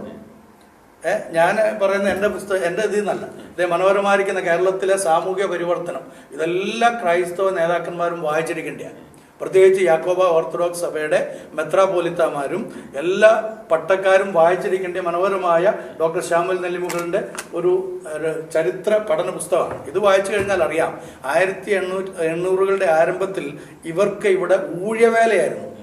ഈ പറയുന്ന സുറിയാനികള് ഊഴിയവേലയായിരുന്നു. അവരുടെ ഒരു പട്ടക്കാരൻ അന്നത്തെ ബിഷപ്പ് മൂർ കോളേജിന്റെ പ്രിൻസിപ്പാളിന് എഴുതി, ഞങ്ങളിവിടെ അരിഷ്ടാവസ്ഥയിലാണ്, ദാരിദ്ര്യത്തിലാണ്, പട്ടിണിയിലാണ്, ഞങ്ങളുടെ ജനത്തിന് ഓല കിട്ടുന്നില്ല എന്ന് പറഞ്ഞാൽ ഓല മേയാൻ പോലും അവകാശമില്ലാത്ത ഒരു സമൂഹമായിരുന്നു. ഇവരുടെ പണി എന്തായിരുന്നു ചോദിച്ചു കഴിഞ്ഞാൽ, ഈ പറയുന്ന മെത്രാന്മാരുടെയൊക്കെ അപ്പന്മാരുടെ പണി എന്തായിരുന്നു എന്ന് ചോദിച്ചു കഴിഞ്ഞാൽ, അവര് നെല്ല് ഇല്ലങ്ങളിലേക്ക് ചുമന്നുകൊണ്ട് കൊടുക്കണം. അവിടുന്ന് അത് എടുത്തോണ്ട് തിരിച്ചു കൊണ്ടുവന്നിട്ട് കുത്തി അവരുടെ അമ്മച്ചിമാരെ കൊണ്ട് കുത്തിച്ച് അരി കൊണ്ടുവന്ന് ഇല്ലങ്ങളിലേക്കും ക്ഷേത്രങ്ങളിലേക്കും കൊടുക്കണം. ആ സമയത്ത് ഊഴിയവേലക്കാരനെ ഇവരെ വിളിച്ചിരുന്നത്. ഓർത്തഡോക്സ് യാക്കോബായ വിഭാഗങ്ങളുടെ നിലപാട് മാറ്റം എന്ന് പറയുമ്പോൾ ഗുജറാത്തിലൊക്കെ മോദി ഗവൺമെൻറ്റുമായിട്ടൊക്കെ അവർ സഹകരിച്ചിട്ടുണ്ട്. ഈ മണിപ്പൂർ ഇഷ്യൂയിലേക്ക് വരുമ്പോൾ ഗോത്രവർഗ സംഘർഷമാണെന്ന് അവരെങ്ങനെ ഏറ്റുപറയുന്നത് ഇവിടുത്തെ സംഘപരിവാർ രാഷ്ട്രീയം നന്നായിട്ട് ഉപയോഗിക്കുന്നുണ്ട്. ഇപ്പോൾ തൃശ്ശൂർ പോലുള്ള സ്ഥലങ്ങളിൽ സുരേഷ് ഗോപിക്ക് വോട്ട് കിട്ടാനൊക്കെ ഓർത്തഡോക്സ് ഭൂരിപക്ഷ മേഖലകളിൽ നല്ല രീതിയിൽ വോട്ട് കിട്ടിയെന്നാണ് ജയശങ്കറിനെ പോലുള്ള ആളുകളൊക്കെ വിലയിരുത്തുന്നത്. അപ്പോൾ അങ്ങനെ വരുമ്പോൾ ഇവിടുത്തെ ആ പൊളിറ്റിക്കൽ രാഷ്ട്രീയം ക്രൈസ്തവത BJPയോട് അടുക്കുന്നു എന്നുള്ള തരത്തിലൊരു പ്രചരണം സംഘപരിവാർ നടത്തുന്നുണ്ട് രാഷ്ട്രീയപരമായിട്ട്. അതിനെങ്ങനെ നോക്കി കാണുന്നത്? രണ്ട് വിധത്തിൽ നമ്മളതിനെ കാണും. ഒന്ന്, ഈ മെത്രാന്മാരിൽ പലരും ജനങ്ങളാൽ തിരഞ്ഞെടുക്കപ്പെട്ടവരല്ല. അതുകൊണ്ട് തന്നെ ജനങ്ങൾക്ക് അവരോടൊരു കമ്മിറ്റ്മെൻറ്റും ഇല്ല. ഇവർ പറയുന്ന ആരും തന്നെ കേൾക്കുകയുമില്ല, വിശ്വസിക്കുകയുമില്ല. ഈ നിങ്ങൾ ശ്രദ്ധിച്ചു നോക്കിയോ, ഒരു 60 വയസ്സിൽ താഴെയുള്ള എത്ര ആളുകളാണ് ഇവരുടെ കൂട്ടത്തിൽ ആക്റ്റീവായിട്ടുള്ളത്? പ്രത്യേകിച്ച് യങ്സ്റ്റേഴ്സുമായിട്ട് നിങ്ങൾ സംസാരിച്ച് നോക്കി. അവരെല്ലാം തന്നെ ഏറ്റവും അധികം വെറുക്കുന്നത് ആരെയാണെന്ന് വെച്ച് കഴിഞ്ഞാൽ ഈ നേതാക്കന്മാരെയാണ്, ഈ പറഞ്ഞ മെത്രാന്മാരെയാണ് അവർക്ക് ഏറ്റവും വെറുപ്പ്. അവർ നിമിത്തമാണ് ഇവരുടെ പല ജീവിത സാഹചര്യങ്ങളും ഇല്ലാതാകുന്നതെന്ന് വരെ ചിന്തിക്കുന്ന ചെറുപ്പക്കാരുണ്ട്. അവരെ നമുക്ക് കുറ്റപ്പെടുത്താനൊന്നും പറ്റില്ല. രണ്ടാമത്തെ കാര്യം, സുരേഷ് ഗോപിയുടെ ജയത്തെക്കുറിച്ച് ഞാൻ വേറെ ചില കാര്യങ്ങളായിരുന്നു നേരത്തെ പറഞ്ഞത്. അതാണ് അതിൻ്റെ യാഥാർത്ഥ്യങ്ങളും. ബൾക്കായിട്ടൊന്നും തന്നെ അങ്ങനെ സഭ പറഞ്ഞതുകൊണ്ട്, ഏതെങ്കിലും ഒരു സഭ പറഞ്ഞുകൊണ്ട് ആരും പോയി അവർക്കൊന്നും വോട്ട് ചെയ്യുന്ന ആളുകളല്ല കേരളത്തിലുള്ള ആളുകൾ. പ്രത്യേകിച്ച് കേരളത്തിലെ ക്രൈസ്തവരുടെ പ്രത്യേകത എന്താണെന്ന് വെച്ച് കഴിഞ്ഞാൽ കാര്യങ്ങൾ ശരിയായി അപഗ്രഥിച്ച് മനസ്സിലാക്കാൻ കഴിവുള്ളവരാണ്, നല്ല തന്മയത്തുള്ള ആളുകൾ. ഇപ്പം ആരാണെങ്കിലും ശരി, ഇപ്പം നമ്മൾ നേരത്തെ ഇവിടെ കേരളത്തിലെ ഇലക്ഷൻ്റെ സമയത്ത് നമ്മുടെ ബഹുമാനപ്പെട്ട രാജഗോപാൽജി, അദ്ദേഹം പല പ്രാവശ്യം പരാജയപ്പെട്ടെങ്കിലും അവസാന ഘട്ടത്തിൽ അദ്ദേഹം ജയിക്കുകയും അദ്ദേഹം വളരെ സൗമ്യനായിട്ടുള്ളൊരു മനുഷ്യനായിട്ട് നമുക്ക് എല്ലാവർക്കും, അദ്ദേഹത്തൊരു BJPയുടെ ഫേസായിട്ട് ഒരിക്കലും എവിടെയും അദ്ദേഹം പ്രത്യക്ഷപ്പെട്ടിട്ടില്ല. ഇദ്ദേഹവും പറഞ്ഞു, ഞാൻ മനസ്സിലാക്കുന്നത് ശരിയാണെങ്കിൽ സുരേഷ് ഗോപി വളരെ കൃത്യമായിട്ടൊരു ദിവസം പറയുകയുണ്ടായി, എന്നെ ഇവന്മാരാരും സഹായിച്ചിട്ടില്ല. അത് പറഞ്ഞു ഇവന്മാരാരും സഹായിച്ചിട്ടില്ലെന്ന് പറഞ്ഞാൽ ഈ മെത്രാന്മാരെ ഉദ്ദേശിച്ച, അതാണ് അതിനകത്തെ പ്രധാനപ്പെട്ട കാര്യം. അപ്പം ഇവരാരും പറഞ്ഞു കഴിഞ്ഞാലും വിശ്വാസികൾ കേൾക്കുകയല്ല. തന്നെയല്ല, ഇവർ ഈ രാഷ്ട്രീയക്കാർക്ക് മെത്രാന്മാരെ ഒന്നും തന്നെ വലിയ കാര്യവുമില്ല. പിന്നെ മെത്രാന്മാർക്ക് മാത്രമേ ഇവരെ കാര്യമുള്ളൂ. കാരണം മെത്രാന്മാർക്ക് ഇവരെ കാര്യമാകുന്നത് മെത്രാന്മാരുടെ കരങ്ങൾ ശുദ്ധമല്ല എന്ന് അവർക്ക് തന്നെ ബോധ്യമുള്ളത് കൊണ്ട് എങ്ങനെയെങ്കിലും പിടിച്ചു നിൽക്കണം. കാലം ചെയ്യുന്നിടം വരെ ഇവർക്ക് പിടിച്ചു നിൽക്കണം. അപ്പോൾ അതിന് ആരുടെ കാല് വേണമെങ്കിലും പിടിക്കാൻ വേണ്ടി തയ്യാറാണ്. അതാണ് കാര്യം കാണാൻ കിടന്നക്കാലം പിടിക്കുന്ന പറഞ്ഞ ആ വിധത്തിലുള്ള ഈ വലിയ വീരവാദങ്ങൾ അങ്ങനെ പറഞ്ഞു വരുമ്പോ ഇവർ ഇപ്പൊ ഇത്തരത്തിൽ കടുപ്പിച്ച് നടത്തിയ പരാമർശം ഉണ്ടല്ലോ എന്ന് പറഞ്ഞാൽ അത് ഗോത്രവർഗ സംഘർഷമാണ് എന്ന് നടത്തിയ ആ പരാമർശം എന്തിനു വേണ്ടിയായിരിക്കും, എന്തായിരിക്കും അതിന്റെ ലക്ഷ്യം? അതിന് വളരെ പച്ചയായിട്ട് അവരുടെ ആളുകൾ പറയുന്നുണ്ടല്ലോ. നമ്മൾ സോഷ്യൽ മീഡിയ എടുത്ത് നോക്കിക്കഴിഞ്ഞാൽ ഈ പറഞ്ഞ മെത്രാന്മാരുടെ അണികൾ തന്നെ വളരെ കൃത്യമായിട്ട് അതിന് മറുപടി പറഞ്ഞിട്ടുണ്ട്. ഞാൻ വേറൊരു കാര്യം കൂടെ പറയാം. ഈ KP യോഹന്നാൻ ബിഷപ്പിന്റെ സഭക്കാർ അവിടെ പത്തനംതിട്ട മത്സരിച്ച ചെറുപ്പക്കാരന് അവർ ഐക്യദാർഢ്യം പ്രഖ്യാപിച്ചു. എന്തുണ്ടായി? അവരെ എല്ലാ മെത്രാന്മാരും അന്ന് KP യോഹന്നാൻ സാറ് ജീവിച്ചിരിക്കുന്ന സമയം അതിൽ BJP-ക്കാരെ വിലയിരുത്തുന്ന പത്തനംതിട്ടയിലെ വോട്ടിംഗ് ഷെയർ കുറഞ്ഞു മനസ്സിലായില്ലേ? അപ്പൊ അത് മതിയല്ലോ ഉദാഹരണത്തിന്. അവിടെയും ഈ പറയുന്ന ഓർത്തഡോക്സ് മത്തായി തൃതീയന്റെ ആളുകളുണ്ട്, മാത്യൂസ് തൃതീയന്റെ ആളുകളൊക്കെ അവിടെയുണ്ട്. പക്ഷേ ഇങ്ങനെ ഇപ്പൊ ഇവർ ഈ അവകാശപ്പെടുന്ന പോലെ വോട്ട് ചെയ്യുകയായിരുന്നെങ്കിൽ ആ ചെറുപ്പക്കാരൻ സൂപ്പറായിട്ട് ജയിച്ചു വോട്ടിയല്ലേ. പക്ഷേ ഇവര് ആ നിലപാടെടുത്തുകൊണ്ട് ജനങ്ങളെല്ലാം ഇവർക്ക് വിപരീതമായിട്ടാണ് ചിന്തിച്ചതെന്നുള്ളതാണ് അതിന്റെ യാഥാർത്ഥ്യം. അതുകൊണ്ട് എനിക്കെപ്പോഴും മെത്രാന്മാരോട് പറയാനുള്ളൊരു കാര്യം, ഈ നിങ്ങളെക്കുറിച്ച് ലോകത്തിനൊരു പ്രതീക്ഷയുണ്ട്. നിങ്ങളിരിക്കുന്ന സ്ഥാനത്തെക്കുറിച്ച്, നിങ്ങളിട്ടിരിക്കുന്ന അംഗവസ്ത്രങ്ങളെക്കുറിച്ചൊക്കെ ലോകത്തിനൊരു ചെറിയ മാന്യതയൊക്കെ ലോകം മാന്യത കൽപ്പിക്കുന്നുണ്ട്. പക്ഷെ നിങ്ങളായിട്ട് തന്നെ അത് കളഞ്ഞു പൊളിക്കരുത്. കളഞ്ഞു പൊളിച്ചതിൻ്റെ സംഭവമൊക്കെ നമുക്കറിയാമല്ലോ. അവരൊരു മെത്രാനെ ഒരു അച്ഛൻ കയറി വിളിച്ചതും ഒക്കെ ഇന്നും ഏറിക്കിടക്കുകയാണ്. ഞാൻ നമ്മുടെ ഏഷ്യാനെറ്റിലെ ബിനുവിനോട് ഈ സംഭവമായിട്ട് ഇദ്ദേഹത്തിൻ്റെ ഈ 2 മെത്രാന്മാരുടെ പ്രസ്താവനകൾ വന്നപ്പം ഞാൻ ബിനുവിനൊരു മെസ്സേജ് കൊടുത്തു. ഞാൻ ചോദിച്ചു, ബിനു, നിങ്ങളുടെ മെത്രാനാണ് ഇങ്ങനെ പറഞ്ഞിരിക്കുന്നത്, ഒരിക്കലെങ്കിലും അദ്ദേഹം മണിപ്പൂരിൻ്റെ ആ മണ്ണിൽ കാല് കുത്തിയിട്ടുണ്ടോ എന്ന് ചോദിക്കണം. പ്രത്യേകിച്ച് ഈ സംഭവമായിട്ട് ബന്ധപ്പെട്ട് അദ്ദേഹം ആരെങ്കിലും അവിടെ ഡെപ്യൂട്ടേഷൻ വിട്ടിരുന്നോ ഒന്ന് അന്വേഷിക്കാനായിട്ട്? ഏതെങ്കിലും ഒരു പട്ടക്കാരനെ വിട്ടിരുന്നോ? അല്ലെങ്കിൽ അവിടുന്ന് ഏതെങ്കിലും ആധികാരികമായിട്ടുള്ള രേഖകൾ അദ്ദേഹത്തിന് കിട്ടിയിരുന്നോ? ഉണ്ടെങ്കിൽ എനിക്കും കൂടെ ഒന്ന് ഷെയർ ചെയ്യാൻ പറയാമല്ലോ. പിന്നെ എന്നോട് തന്ന മറുപടി ഞാൻ പറയുന്നില്ല.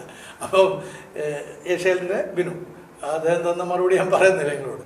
കാരണം ഈ പറയുന്നതായിട്ടുള്ള നേതാക്കന്മാർക്ക് അവരാരാണെന്ന് അവർക്ക് അറിഞ്ഞുകൂടാ. They have got a lot of identity crisis within themselves. അതുകൊണ്ടാണ് അവർ കൂടെ ഇപ്പോൾ KP-യുടെ കാര്യം ഞാൻ സൂചിപ്പിച്ചല്ലോ.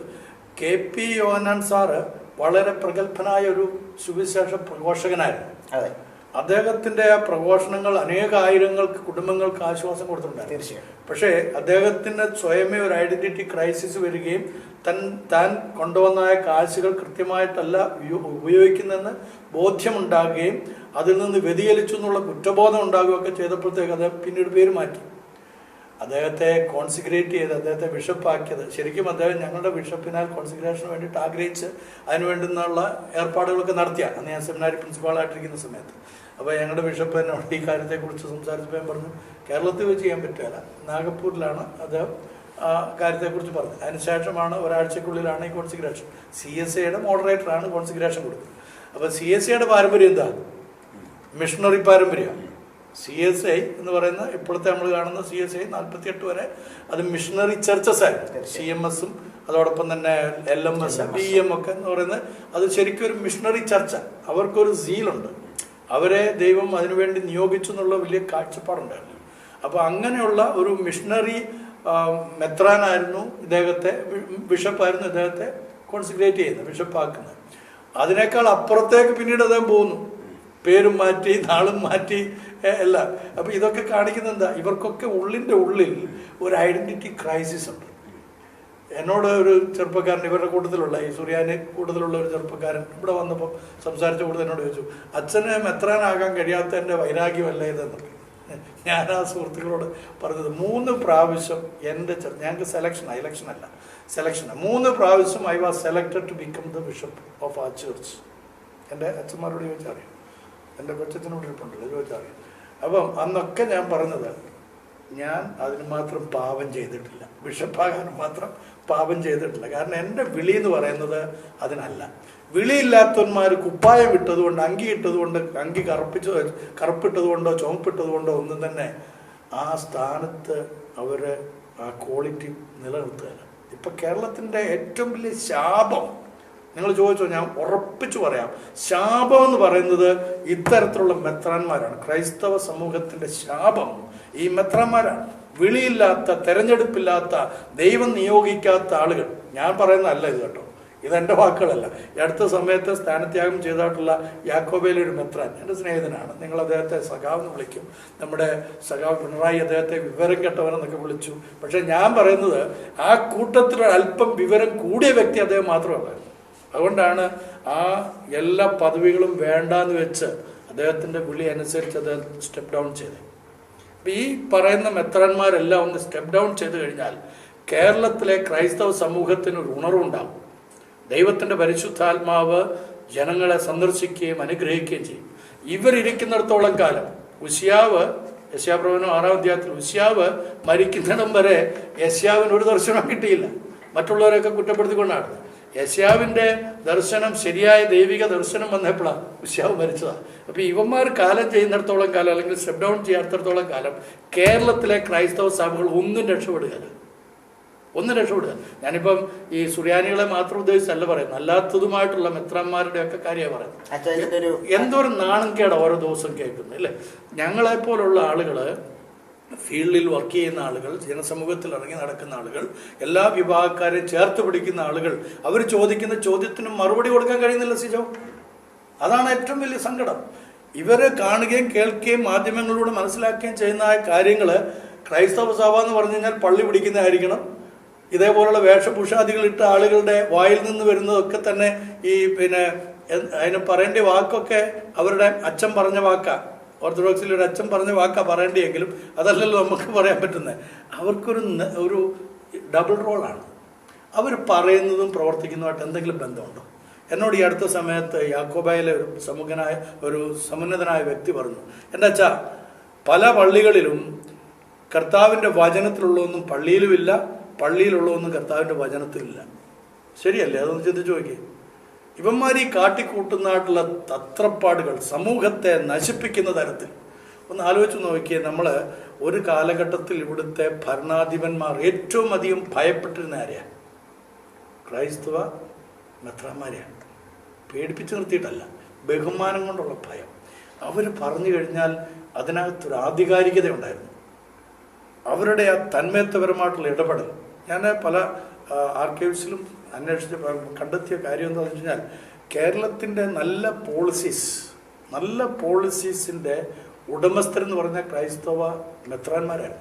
ഞാൻ എൻ്റെ സ്നേഹിതരായ മെത്രാന്മാരോട് പറഞ്ഞിട്ടുണ്ട്. ഞാൻ അവരോട് ചോദിച്ചു ഈ അടുത്ത സമയത്ത് 1-2 മെത്രാന്മാരോട്, നിങ്ങളോട് ഏതെങ്കിലും ഒരു പൊളിറ്റീഷ്യൻ വന്ന് സംസാരിക്കാറുണ്ടോ? ഞങ്ങളിങ്ങനെ ഒരു പോളിസി ഉണ്ടാക്കുന്നുണ്ട്, ഞങ്ങളുടെ പോളിസി ഇതാണ്, നിങ്ങൾക്ക് എന്തെങ്കിലും അഭിപ്രായം പറയാനുണ്ടോ എന്ന് ചോദിച്ചിട്ടുണ്ടോ എന്ന് ചോദിച്ചു. ഞാൻ പറഞ്ഞില്ല. ഞാൻ ചോദിക്കാൻ പറ്റുകയില്ല.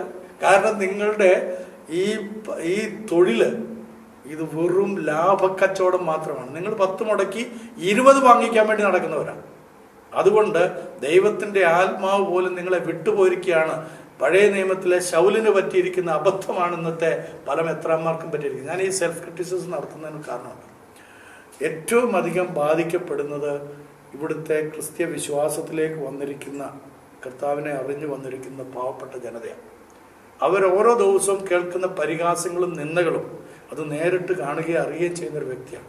കേരളത്തിൽ മാത്രമല്ല, ഇന്ത്യ മൊത്തം കർത്താവിൻ്റെ സ്നേഹം അറിയുന്നതിന് ഏറ്റവും തടസ്സമായി നിൽക്കുന്ന ഒരു സമൂഹമുണ്ടെങ്കിൽ അത് ഈ പറയുന്നതായിട്ടുള്ള മെത്രാൻ സമൂഹമാണ്. ഈ മെത്രാൻ സമൂഹത്തിനൊരു മാനസാന്തരം ഉണ്ടായാൽ, അവരൊന്ന് യഥാർത്ഥമായി കർത്താവിലേക്ക് മനം തിരിഞ്ഞാൽ, ഞാൻ ഉറപ്പ് തരാം സിജോ, ഭാരതത്തിൽ യേശു കർത്താവിൻ്റെ സ്നേഹം ലോകം അറിയും, ഈ ഭാരതം അറിയും. എല്ലാവരും ഐക്യത്തിലേക്കും സ്നേഹത്തിലേക്കും വരും. ഇതിൽ നമ്മൾ ആ നിലയിൽ പറഞ്ഞു വയ്ക്കുമ്പോൾ തന്നെ നമ്മളെല്ലാവരും മണിപ്പൂർ ഇഷ്യൂവിനെ വളരെ വൈകാരികമായി തന്നെയാണ് കാണുന്നത്. എന്ന് പറഞ്ഞാൽ അതൊരു ക്രൈസ്തവ ഉന്മൂലനമാണെന്ന് മാത്രമല്ല, സുവിശേഷത്തിനെതിരെയുള്ള ഒരു അടികൂടിയായിട്ടാണ് നമ്മൾ ചിന്തിക്കുന്നത്. അവിടെ മാത്രമല്ല, ഛത്തീസ്ഗഡിലും മറ്റു പല മധ്യപ്രദേശിലും ഒക്കെ അവരിതിനെ ഈ നിലപാട് മാറ്റി എന്ന് പറയുന്ന മെത്രാന്മാർ അതിനെ ആ തരത്തിലൊരു വൈകാരികതയോടെ കാണുന്നില്ല, ലഘൂകരിക്കാൻ ശ്രമിക്കുന്നു. അവർക്ക് പ്രേക്ഷിത ദൗത്യമില്ല സിജോ. അവരുടെ പ്രേക്ഷിത ദൗത്യം എന്താണ്? അവർക്ക് കുറച്ച് കെട്ടിടങ്ങൾ അവിടെ എവിടെയും പണിത് സ്കൂളുകളും കോളേജുകളും അവരുണ്ടാക്കിയിട്ടുണ്ട്. അവരുടെ പിതാക്കന്മാർ കഷ്ടപ്പെട്ടുണ്ടാക്കിയിട്ടുണ്ട്. അതിനെ നിലനിർത്തണം. അവരുണ്ടാക്കിയിരിക്കുന്ന പണം അവരുടെ കയ്യിൽ നിന്ന് പോകരുത്. അവർക്ക് ഈ ആനപ്പുറത്തിരിക്കണമെന്ന് മാത്രമേ ആഗ്രഹമുള്ളൂ. മനസ്സിലായില്ലേ? അല്ലാതെ അവരൊരു പ്രേക്ഷിത ദൗത്യത്തിൽ ഇൻവോൾവ് ചെയ്യുന്നില്ല. പാവപ്പെട്ട ജനത്തിൻ്റെ ഭവനങ്ങളിൽ സന്ദർശിക്കുന്നില്ല. ഉണ്ടോ? അവരുടെ ഇടവുകളിൽ തന്നെ പട്ടിണി കിടക്കുന്ന എത്രയോ വീട്ടുകാരുണ്ട്. ഒരൊറ്റ വീട്ടുകാരോട് നിങ്ങൾ ഭക്ഷണം കഴിച്ചാണോ എന്ന് ഇവർ ചോദിക്കാറുണ്ടോ?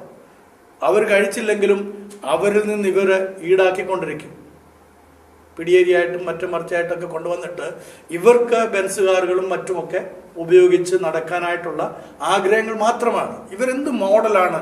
തന്നെയല്ല, ഇവർ ക്രിസ്തുവിനെ ഒഴിച്ചല്ലേ ബാക്കി കാര്യങ്ങളെല്ലാം ചെയ്യുന്നത്. ഇവരും ക്രിസ്ത്യാനിറ്റിയും തമ്മിൽ എന്ത് ബന്ധമുള്ളത്? ശുചോ പറ. ഈ പറയുന്ന മെത്രാന്മാരും ക്രിസ്തുവും തമ്മിൽ എന്തെങ്കിലും ബന്ധമുണ്ടെന്നൊന്നും ഒരു വാക്കുകൊണ്ടൊന്നും തെളിയിക്കാൻ സിജോയ്ക്ക് തെളിയിക്കാൻ പറ്റുമോ? സിജോയ്ക്ക് തെളിയിക്കാൻ പറ്റുമോ? ഇല്ല സിജോ. ഇവർ ക്രിസ്തുവിനോടല്ലല്ലോ പ്രാർത്ഥിക്കുന്നത്, ഇവർ കർത്താവിനോടാണോ പ്രാർത്ഥിക്കുന്നത്?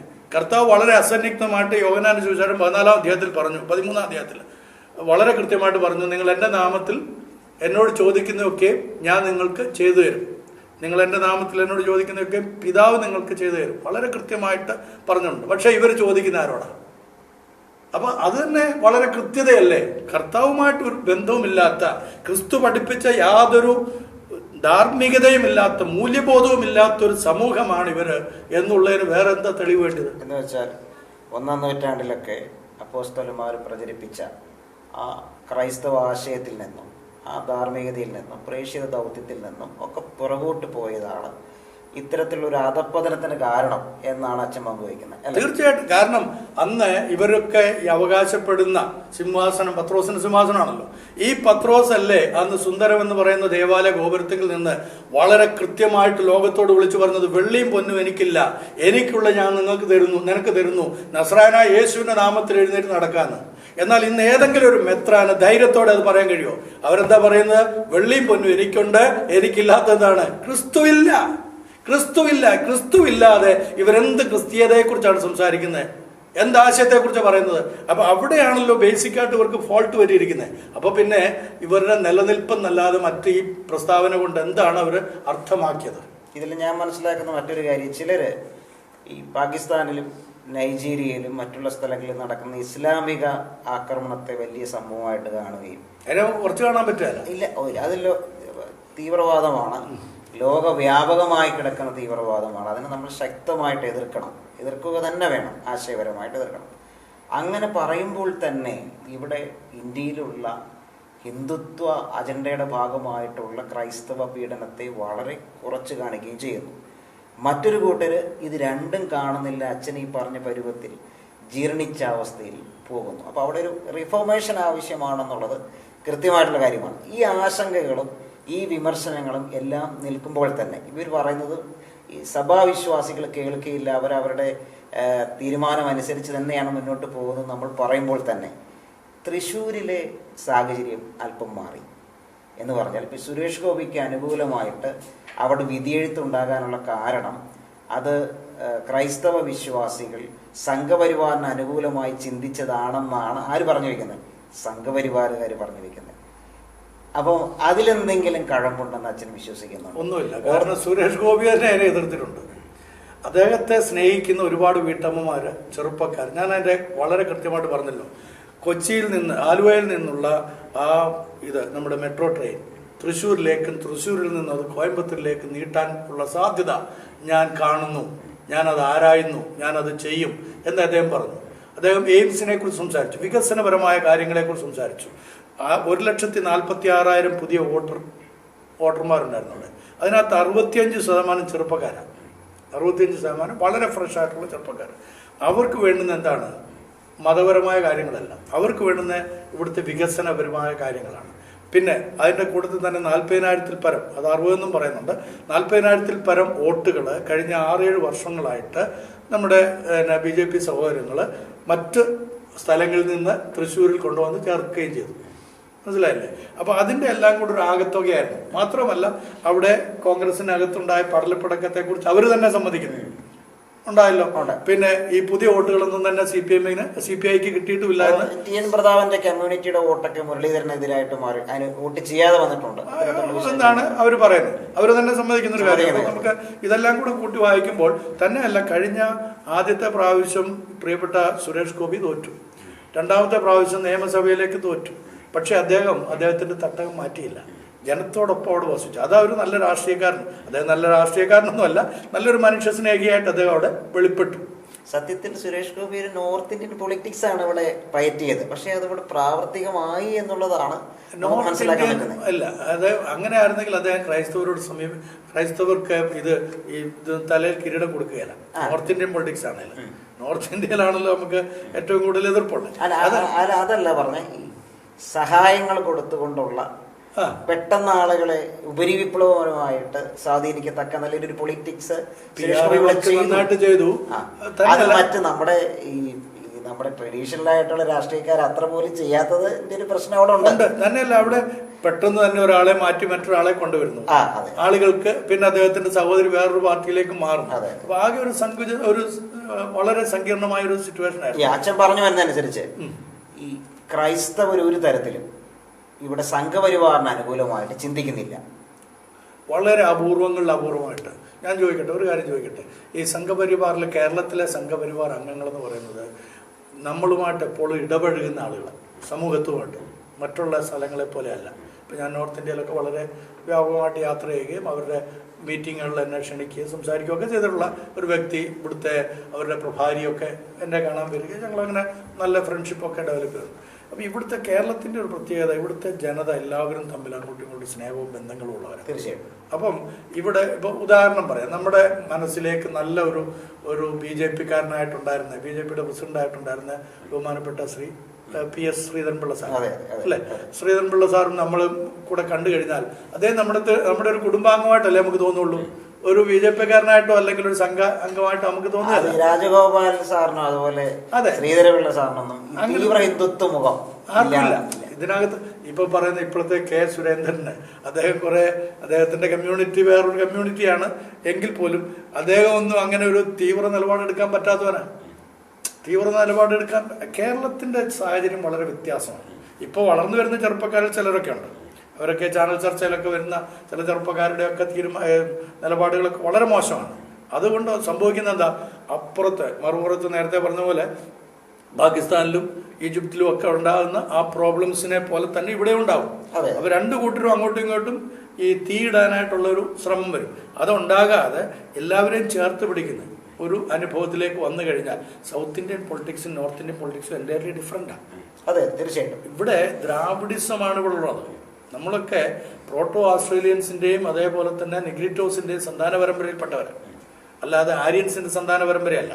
അപ്പൊ ആര്യനിസം ഇവിടെ കൊണ്ടുവരുന്നതായിട്ടുള്ള ഹിന്ദുത്വ അജണ്ട ഒരിക്കലും വില പോകാതിരിക്കാൻ തക്കവണ്ണം ഒരു ഒത്തൊരുമയാണ് ഇവിടുത്തെ ജനസമൂഹം. അച്ഛാ, നമ്മുടെ നിലപാടുകൾ കൃത്യമാണ്. മണിപ്പൂരിലേത് കേവലം ഗോത്രവർഗ സംഘർഷമല്ല, അത് പല റീസണുകളുണ്ട്. അപ്പോൾ തന്നെ ക്രൈസ്തവ ഉന്മൂലനം എന്ന് വലിയൊരു സംഭവം അവിടെ നടന്നിട്ടുണ്ട്. അതിനെ കാണാതെ പോകുക നമുക്ക് വയ്യ. അവിടെ മാത്രമല്ല, ഛത്തീസ്ഗഡിൽ സംഭവിച്ചുകൊണ്ടിരിക്കുക. ഛത്തീസ്ഗഡിലും പല സ്ഥലങ്ങളിലും ഗോത്രവർഗക്കാരിൽ നിന്ന് ക്രൈസ്തവ വിശ്വാസത്തിലേക്ക് വരുന്ന ആളുകളെ ഉന്മൂലനം ചെയ്യുക, അല്ലെങ്കിൽ ഇല്ലാതാക്കുക, അവരെ പിന്തിരിപ്പിക്കുക, ഗർഭോപ്പസ് നടത്തുക ഇത്യാദി കാര്യങ്ങൾ ഒരു അജണ്ടയാണ്. ആ അജണ്ട ഇന്ന് നടക്കുന്നുണ്ട്. അപ്പോൾ അത് ശരിയായിട്ട് നടക്കുന്നുണ്ടെന്ന് അറിയണമെങ്കിൽ നമ്മുടെ കാതുകൾ തുറന്നു വെക്കുകയും കണ്ണുകൾ തുറന്നു വയ്ക്കുകയും വേണം. കാതും കണ്ണും അടച്ചു വെച്ചിട്ട് വെറും ഈ അൽത്താറയിലേക്ക് മാത്രം നോക്കിയിരുന്നു കഴിഞ്ഞാൽ അത് മനസ്സിലാക്കാൻ ബുദ്ധിമുട്ടാണ്. എന്ന് മാത്രമല്ല, ക്രൈസ്തവർക്കെതിരായിട്ടുള്ള ആ ഉന്മൂലനം പാകിസ്ഥാനിലും നൈജീരിയയിലും മറ്റ് ഇസ്ലാമിക രാജ്യങ്ങളിൽ നടക്കുന്നത് പോലെ തന്നെ ഇവിടെ നടക്കുന്നുണ്ട്. നമ്മൾ രണ്ടിനെയും ബാലൻസ് ചെയ്ത് കാണേണ്ടിയിരിക്കുന്നു. ഒന്നിനെ കൂടുതലായിട്ട് കാണുകയും മറ്റൊന്നിനെ കുറച്ച് കാണുകയും അല്ലെങ്കിൽ രണ്ടിനെയും കാണാതിരിക്കുകയും അല്ല വേണ്ടത്. പിന്നെയോ നമ്മളിതിനെ ബാലൻസ് ചെയ്ത് കാണേണ്ടിയിരിക്കുന്നു. മറ്റ് രാജ്യങ്ങളിൽ നടക്കുന്നത് പോലെ ഇന്ത്യയിലും പല സ്ഥലങ്ങളിലും പല സ്റ്റേറ്റുകളിലും ക്രൈസ്തവ ഉന്മൂലനം നടക്കുന്നു. അതൊരു കൃത്യമായ അജണ്ട തന്നെയാണെന്നുള്ളത് നമ്മൾ മനസ്സിലാക്കുന്നു. അങ്ങനെ പറഞ്ഞു വരുമ്പോൾ കേരളത്തിലെ ആ പൊളിറ്റിക്കൽ സിറ്റുവേഷനൊക്കെ സംഘപരിവാർ അവർക്ക് അനുകൂലമായി തിരിക്കുന്നു എന്നൊക്കെ പറയുന്ന ഒരു വ്യാജ പ്രചരണമാണെന്നുള്ളത് നമുക്ക് മനസ്സിലാക്കാൻ പറ്റും. ഞാനിപ്പോൾ ഇത്രയും പറഞ്ഞ കാര്യത്തിൽ ഒരു കൺക്ലൂഷൻ സ്റ്റേറ്റ്മെന്റ് എന്ന നിലയിൽ അച്ഛൻ എന്താ പറയാനുള്ളത്? എനിക്ക് 3 കാര്യങ്ങൾ ഇതിനോട് അവസാനമായിട്ട് പറയാനുള്ളത്. ഒന്ന്, നമ്മൾ എല്ലാ മനുഷ്യരെയും സ്നേഹിക്കാനായിട്ട് വിളിക്കപ്പെട്ടിരിക്കുന്നത്, ശത്രുവിനെ സ്നേഹിക്കാനായിട്ട് നമ്മുടെ കർത്താവ് പഠിപ്പിച്ചിരിക്കുന്നത്. അതുകൊണ്ട് തന്നെ നമുക്ക് ആരോടും ഒരു അസ്പൃഷ്ടത പാടില്ല. എല്ലാ വിഭാഗത്തിൽപ്പെട്ട ആളുകളെയും നമ്മൾ ഒരുപോലെ കാണുകയും, കാരണം മനുഷ്യ കുലത്തിലുള്ള എല്ലാവരും തന്നെ ദൈവത്തിൻ്റെ സ്വരൂപത്തിലും സാദൃശ്യത്തിലും സൃഷ്ടിക്കപ്പെട്ട അവർ വീഴ്ച സംഭവിച്ച മനുഷ്യരാണ്, പാപത്തിൽ വീണ മനുഷ്യരാണ്, അല്ലെങ്കിൽ ദൈവത്തിൽ നിന്ന് അകന്നുപോയ മനുഷ്യരാണ്. അപ്പോൾ അവരെ ചേർത്ത് പിടിക്കാനുള്ള ദൗത്യമാണ് ക്രിസ്തു യേശുവിനെ അല്ലെങ്കിൽ ക്രിസ്താനുഭവത്തിലേക്ക് വന്നിരിക്കുന്ന എല്ലാവർക്കും ഉള്ളത്. അപ്പോൾ അതുകൊണ്ട് ഇന്ന കൂട്ടർ തെറ്റ്, ഇന്ന കൂട്ടർ ശരി എന്ന് നമുക്ക് വിധിക്കാൻ പറ്റില്ല. എല്ലാവരെയും ചേർത്ത് പിടിക്കുക. 2, നല്ലൊരു സാക്ഷ്യമുള്ളവരായി ജീവിക്കണമെന്ന് കർത്താവ് നമ്മളോട് പറഞ്ഞിട്ടുണ്ട്. പ്രത്യേകിച്ച് കർത്താവ് റോമാലേഖനത്തിൽ നമ്മൾ വായിക്കുന്നുണ്ട്, നിങ്ങൾ നിമിത്തം എൻ്റെ നാമം ജാതികളുടെ ഇടയിൽ ദുഷിക്കപ്പെടുന്നു. അപ്പം ഓരോ വ്യക്തികളും ചിന്തിക്കേണ്ട, ഓരോ ക്രിസ്താനുഭവമുള്ള വ്യക്തികളും, ക്രിസ്താനുഭവമുള്ളവരോട് ഞാൻ പറയുന്നത്, അതില്ലാത്ത ആളുകൾ അവരേത് വേഷഭൂഷാദികൾ ധരിച്ചാലും അവർക്ക് ഒരിക്കലും മാനസാന്തരം ഉണ്ടാകുകയില്ല. അങ്ങനെയുള്ള ആളുകൾ ചിന്തിക്കേണ്ടുന്നത്, ഞാൻ മറ്റുള്ളവരെ വെറുക്കുകയാണോ, മറ്റുള്ളവരെ കരുതുകയാണോ, ഞാൻ ക്രിസ്തുവിൻ്റെ സൽപ്രവർത്തികളിൽ പങ്കാളിയായിത്തീരുകയാണോ? നിങ്ങളുടെ നല്ല പ്രവർത്തികളെ കണ്ടിട്ട് സ്വർഗസ്ഥനായ പിതാവിന് മഹത്വം കിട്ടണമെന്ന് കർത്താവ് തമ്പുരാൻ പഠിപ്പിച്ചു അല്ലേ? മത്തായിയുടെ സുവിശേഷം വളരെ കൃത്യമായിട്ട് അത് നമ്മളെ പഠിപ്പിക്കുന്നുണ്ട്. 3-ാമത്തെ കാര്യം, എല്ലാവരെയും ചേർത്ത് പിടിക്കാനായിട്ടൊരു വിശാല ഹൃദയമുണ്ടാകും. ഇവിടുത്തെ ഏറ്റവും വലിയൊരു പ്രോബ്ലം എന്താണ്? ഇപ്പോൾ ഈ പറഞ്ഞ 2 മെത്രാന്മാർ, ഞാൻ ആ 2 മെത്രാന്മാരുടെയും സ്റ്റേറ്റ്മെന്റ് ഒരുപാട് നമ്മളെ വേദനിപ്പിച്ചിട്ടുള്ളതുകൊണ്ടായി പറയുന്നത്. വേദനിപ്പിക്കുക മാത്രമല്ല, ചർച്ചകൾ നടക്കുന്നുണ്ട്, ഇപ്പോഴും നടന്നുകൊണ്ടിരിക്കുകയാണ്. അപ്പം അവരെ കുറിച്ച് തന്നെ അറിയത്തില്ല. ഞാൻ അതിനകത്ത് ഒരു മെത്രാന്റെ മുൻഗാമി ഈ ശ്രീ സഖാവ് പിണറായി വിജയൻ 1ാം പിണറായി മന്ത്രിസഭ രൂപീകരിച്ചു കഴിഞ്ഞ് അദ്ദേഹം മുഖ്യമന്ത്രിയായി കഴിഞ്ഞപ്പോൾ അദ്ദേഹത്തെ കാണാൻ പോയി. അതായത് മാത്യൂസ് തൃതീയന്റെ മുൻഗാമി കാണാൻ പോയിട്ട് തിരിച്ചു വന്ന സമയത്ത് പത്രക്കാർ ചോദിച്ചപ്പോൾ പറഞ്ഞൊരു വാക്കുണ്ട്. അദ്ദേഹം എന്താ പറഞ്ഞത്? അവരൊക്കെ മറന്നതാണ്, ഇദ്ദേഹമൊക്കെ മറന്നതാണ്, പക്ഷേ അത് എയറിലുള്ളതുകൊണ്ട് നമുക്ക് മറക്കാൻ പറ്റില്ല. അദ്ദേഹം പറഞ്ഞു, ഞങ്ങൾക്കിപ്പോൾ രക്ഷകനുണ്ടെന്ന് ബോധ്യമായി. സിജോ ഓർക്കുന്നുണ്ടോ? തീർച്ചയായിട്ടും എല്ലാവരും ഓർക്കണം അത്. ഞങ്ങൾക്കൊരു രക്ഷകനുണ്ടെന്ന് ഇപ്പോൾ ബോധ്യമായി. ആരാ പറഞ്ഞത്? ഒരു സഭയുടെ പരമാധ്യക്ഷനാണ് പറയുന്നത്. ആ സഭയുടെ പരമാധ്യക്ഷൻ പറഞ്ഞിട്ട് അധികം നാളുകളായിട്ടില്ല, വർഷങ്ങൾ താണ്ടിയപ്പോഴത്തേക്ക് ഈ രക്ഷകനെ ചവിട്ടിത്താത്തിയിട്ട് പുതിയ രക്ഷകന്റെ പിന്നാലെ പോവുകയാണ് ഇവര്. അപ്പൊ ഇവരുടെ വാക്കുകളും സാക്ഷാൽ രക്ഷകനെ തിരിച്ചറിയാത്തതിന്റെ ഒരു പ്രശ്നമാണത്. അന്ന് തന്നെ പലരും പറഞ്ഞു, എന്നെ പോലുള്ള പലരും അന്ന് തന്നെ പറഞ്ഞു, നിങ്ങൾ വാസ്തവത്തിൽ കാണേണ്ടുന്ന രക്ഷകനെ കണ്ടിട്ടില്ല എന്നുള്ളത്. അത് ഞാൻ ആവർത്തിക്കുകയാണ്. ഇപ്പോഴുള്ള മെത്രാന്മാരോട് ഞാൻ പറയുകയാണ്, നിങ്ങളുടെ സംരക്ഷകരെന്ന് പറയുന്നത് ആകാശ ഭൂമണ്ഡലങ്ങൾ കുടയവനായിരിക്കും നമ്മുടെ കർത്താവായ യേശു ക്രിസ്തുവാണ് എന്ന് നിങ്ങൾ എന്ന് തിരിച്ചറിയുമോ, അന്ന് നിങ്ങളുടെ നിലപാടുകൾ ലോകം അംഗീകരിക്കും.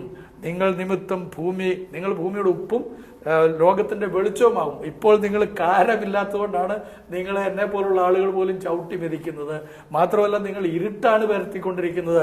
നിങ്ങൾ വെളിച്ചത്തിലേക്ക് വരണം. വെളിച്ചത്തിന്റെ വാക്താക്കളായി തീരാൻ തക്കവണ്ണം ക്രിസ്തു നിങ്ങളിൽ വസിക്കണം. അങ്ങനെ നമ്മുടെ രാജ്യം പ്രകാശപൂരിതമാകണം. ഒരു കാര്യം കൂടെ പറഞ്ഞിട്ട് അവസാനിപ്പിക്കട്ടെ. നമ്മുടെ രാജ്യം ഇന്ന് ഈ നിലയിൽ ഏതെങ്കിലും തരത്തിൽ ഡെവലപ്മെന്റ്സ് ഉണ്ടായിട്ടുണ്ടെങ്കിൽ അതിന്റെ അടിത്തറ പാകിയതെല്ലാം തന്നെ ക്രിസ്ത്യൻ മിഷണറിമാരും ക്രിസ്ത്യൻ ഫിലോസഫിയും ക്രിസ്ത്യൻ ഐഡിയോളജീസുമാണ്. അല്ലെന്ന് ആർക്കെങ്കിലും പറയാൻ പറ്റുമോ? ഉണ്ടെങ്കിൽ വരട്ട്, നമ്മൾ ആ കാര്യങ്ങളെ തെളിയിച്ചു കൊടുക്കുക. നമ്മുടെ ഭരണഘടനയടക്കം സകലതും ക്രിസ്തീയമായിട്ടുള്ള ഒരു കോൺട്രിബ്യൂഷൻ നൽകിയതുകൊണ്ടാണ്. ക്രിസ്തുവിന്റെ സ്നേഹം നമ്മൾ എല്ലാവരിലും വ്യാപരിക്കട്ടെ. ഞാൻ ഈ പറഞ്ഞ കാര്യങ്ങൾ മെത്രാന്മാർക്ക് ഏതെങ്കിലും തരത്തിൽ വേദന ഉണ്ടായിട്ടുണ്ടെങ്കിൽ ആ വേദന നല്ലതാണെന്ന് വിശ്വസിക്കുന്ന ഒരാളാണ് ഞാൻ. കാരണം മാനസാന്തരത്തിന് വേണ്ടി അത് ഉതകുന്നുണ്ടെങ്കിൽ ഞാൻ ചാരിതാർത്ഥ്യമുള്ളവരാണ്. നിങ്ങൾ എന്നെ എത്ര തെറി വിളിച്ചാലും ഞാൻ ഒറ്റ തെറി പോലും വായിക്കുകയില്ല. നേരിട്ട് വേണേൽ വിളിച്ച് പറഞ്ഞു ഞാൻ കേട്ടോണ്ടിരുന്നോളാം. അതായത് നിങ്ങളെ അടിക്കുറിപ്പായിട്ട് വന്നിട്ട് തെറികളൊക്കെ പറയുന്ന, അതിന് അഭിഷേകം കിട്ടിയ ഒരുപാട് പേരുണ്ട്. എന്നാൽ ഇവർ തന്നെ അഭിഷേകം കൊടുത്തു വിട്ടവരുണ്ട്. അവരൊക്കെ അത് പറഞ്ഞോട്ടെ, അതൊന്നും നമ്മളെ ബാധിക്കുന്ന കാര്യമല്ല. ഈ കാര്യത്തിൽ നമ്മൾ ഉറച്ചു നിൽക്കുന്നു. ഇവിടെ എല്ലാവരും ഒരുമിച്ച് കൊണ്ടുപോകാനുള്ള ഉത്തരവാദിത്വം ക്രൈസ്തവ സമൂഹത്തിനാണ്. അത് ഏറ്റെടുത്ത് മുന്നോട്ട് കൊണ്ടുപോകണം. ഒരു കാര്യം കൂടെ ഞാൻ ഇതിൻ്റെ ഇടയ്ക്ക് പറയാം. മേഘാലയ ഭരിക്കുന്ന ഭരണകൂടം ഉണ്ടല്ലോ ഇപ്പോഴത്തെ NPP-യുടെ, അതായത് നമ്മുടെ പഴയ സാക്മ, മരിച്ചുപോയ സാക്മയുടെ PA സാക്മയുടെ മൂത്ത മകൻ ജെയിംസ് ഒരാളെ ഡെപ്യൂട്ടി ചെയ്തിരുന്നു എൻ്റെ അടുക്കൽ വരാനും സംസാരിക്കാനും. അദ്ദേഹം വന്നു, സംസാരം ഇതായിരുന്നു, എങ്ങനെയെങ്കിലും മണിപ്പൂരിലെ ഇഷ്യൂസ് ഒന്ന് സെറ്റിൽ ചെയ്യണം, എങ്ങനെയെങ്കിലും. അപ്പം അച്ഛൻ അവിടെ പല പ്രാവശ്യം പോയ വ്യക്തിയും അവിടുത്തെ ആളുകളുമായിട്ട് എല്ലാവരുമായിട്ട് നല്ല ബന്ധമുള്ള വ്യക്തി എന്നുള്ള നിലയിൽ രാഷ്ട്രീയ പാർട്ടികൾക്ക് ഇത് പരിഹരിക്കാൻ കഴിയില്ല, അതുകൊണ്ട് നിങ്ങളെപ്പോലുള്ള ആളുകൾക്ക് മാത്രമേ പരിഹരിക്കാൻ കഴിയുള്ളൂ എന്ന് ഒരു രാഷ്ട്രീയ നേതാവ് പറഞ്ഞു വിട്ടതിൻ്റെ അടിസ്ഥാനത്തിൽ ഞങ്ങൾ അതിനെക്കുറിച്ചുള്ള ഡിസ്കഷനൊക്കെ വളരെ മണിക്കൂറുകളെടുത്ത് ഡിസ്കഷൻ നടത്തുകയും ഒക്കെ ചെയ്തു. ഇന്ന് മണിപ്പൂരിൽ ഇന്ന് രാവിലെ മണിപ്പൂരിൽ അവിടെ ഒരു വലിയ റാലി നടക്കുകയാണ്. ആ റാലി എന്ന് പറയുന്നത് മേത്തികൾ നടത്തുന്നതാണ്. ഞങ്ങൾക്ക് സമാധാനം വേണം, പെർമനൻ്റ് ആയിട്ടുള്ള സൊല്യൂഷൻ. മേത്തികളും കുക്കികളും നാഗാസും കോമും എല്ലാം ഞങ്ങൾ സഹോദരങ്ങളാണ്. ഓക്കെ, അപ്പോൾ അവരെല്ലാം ആഗ്രഹിക്കുന്നതാണ് ആ സമാധാനം ഉണ്ടാക്കുക. അപ്പം അതിനുവേണ്ടി എന്ത് ചെയ്യാൻ കഴിയുമെന്നുള്ളതിനേക്കാൾ അത് ചിന്തിക്കുന്നതിന് പകരമായിട്ട് ഇത് ഗോത്ര സംസ്കാരമാണ്, ഗോത്രവർഗക്കാരുടെ കലാപമാണെന്ന് പറയുന്ന ആളുകളുടെ മാനസിക പക്വത ഇതുവരെ ഗോത്ര സംസ്കാരത്തിൽ നിന്ന് മാറിയിട്ടില്ല എന്നും കൂടെ അറിയിച്ചുകൊണ്ട് ഞാൻ എൻ്റെ വാക്കുകളിൽ നിന്ന് വിരാമം കൊടുക്കും. താങ്ക് യു ജോൺസൺ തേക്കടിയിൽ അച്ഛൻ. ഇത്രയും സമയം നമ്മോട് കൂടെ ഉണ്ടായിരുന്ന ജോൺസൺ തേക്കടിയിൽ അച്ഛനാണ്. കൃത്യമായിട്ട് തൻ്റെ നിലപാടുകൾ ഇവിടെ പറഞ്ഞു വെച്ചിട്ടുണ്ട്. മണിപ്പൂരിലെ വിഷയങ്ങൾ അതൊരു തരത്തിലും ഗോത്രവർഗ സംഘർഷമല്ല, മറിച്ച് അതിന് പലതരത്തിലുള്ള റീസൺസ് ഉണ്ട്. അതുണ്ടാകാനായ ഇടയായ പലതരത്തിലുള്ള കാരണങ്ങളുള്ളപ്പോൾ തന്നെ അവിടെ ഒരു ക്രൈസ്തവ ഉന്മൂലനം എന്ന വലിയൊരു അജണ്ട നടപ്പിലാക്കാൻ വേണ്ടിയാണ് പലരും ശ്രമിച്ചിട്ടുള്ളത്. അതിനെ നമ്മൾ തുറന്ന് കാണിക്കുക തന്നെ ചെയ്യും. രണ്ടാമത്തെ കാര്യം, ഇവിടെ ക്രൈസ്തവർ എന്നഭിമാനിക്കുന്ന പലരും അത് ഗോത്രവർഗ സംഘർഷമാണെന്ന് വരുത്തി തീർക്കാൻ, താൽക്കാലിക ലാഭങ്ങൾക്ക് വേണ്ടി വരുത്തി തീർക്കാനുള്ള ആ ശ്രമത്തെയും വളരെ ഫലകരമായി തന്നെ ഞങ്ങളിവിടെ തുറന്ന് കാണിച്ചിട്ടുണ്ട്. അപ്പോൾ തിരിച്ചറിയുക, മണിപ്പൂരിലേത് ഗോത്രവർഗ സംഘർഷമല്ല. നമ്മൾ ക്രിസ്തീയ വിശ്വാസത്തെ മുറുകെ പിടിക്കേണ്ടതുണ്ട്. അതിൻ്റെ ദൈവശാസ്ത്രപരമായ വശങ്ങളെയും സാമൂഹ്യപരമായിട്ടുള്ള വശങ്ങളെയൊക്കെ മുറുകെ പിടിക്കേണ്ടതുണ്ട്. ക്രൈസ്തവ പീഡനം ഇന്ത്യയിൽ പല സ്ഥലങ്ങളിലും കൃത്യമായിട്ട് വലിയ അജണ്ടയോടെ നടപ്പിലായിക്കൊണ്ടിരിക്കുന്ന കാര്യമാണ്. നമ്മളതിനെ 1-ാം നൂറ്റാണ്ടിലെ ക്രൈസ്തവർ എങ്ങനെ നേരിട്ടോ ആ നിലയിൽ തന്നെയാണ് ഇന്നും നേരിട്ടുകൊണ്ടിരിക്കുന്നത്. എന്ന് മാത്രമല്ല, ലോകത്തിലെ പല രാജ്യങ്ങളിൽ ഇസ്ലാമിക തീവ്രവാദികളും ക്രൈസ്തവ ഉന്മൂലനം എന്ന ലക്ഷ്യത്തോടെ പ്രവർത്തിക്കുന്നുണ്ട്. ഇതിനെയെല്ലാം നമ്മൾ ബാലൻസ് ചെയ്ത് കാണേണ്ടതായിട്ടുണ്ട്. യേശു ക്രിസ്തുവിനെ നമ്മൾ എല്ലാവർക്കും സമാധാനം കിട്ടേണ്ടതിന് മുന്നോട്ട് വെക്കേണ്ടതായിട്ടുണ്ട്. ലോകത്തിൻ്റെ വെളിച്ചമായ ക്രിസ്തുവിനെ അവർ തിരിച്ചറിയേണ്ടതായിട്ടുണ്ട്. മണിപ്പൂരിലും മറ്റ് സ്ഥലങ്ങളിലും ഇങ്ങനെ സംഘർഷം ഉണ്ടായിക്കൊണ്ടിരിക്കുന്ന മറ്റ് സ്ഥലങ്ങളിലും സമാധാനമുണ്ടാകട്ടെ. ഞങ്ങളീ നടത്തിയ ഡിസ്കഷൻ പലരുടെയും തിരിച്ചറിവുകൾക്ക് കാരണമാകട്ടെ എന്നും പറഞ്ഞുകൊണ്ട് ഇവിടെ അവസാനിപ്പിക്കുന്നു. ദൈവം എല്ലാവരെയും അനുഗ്രഹിക്കട്ടെ.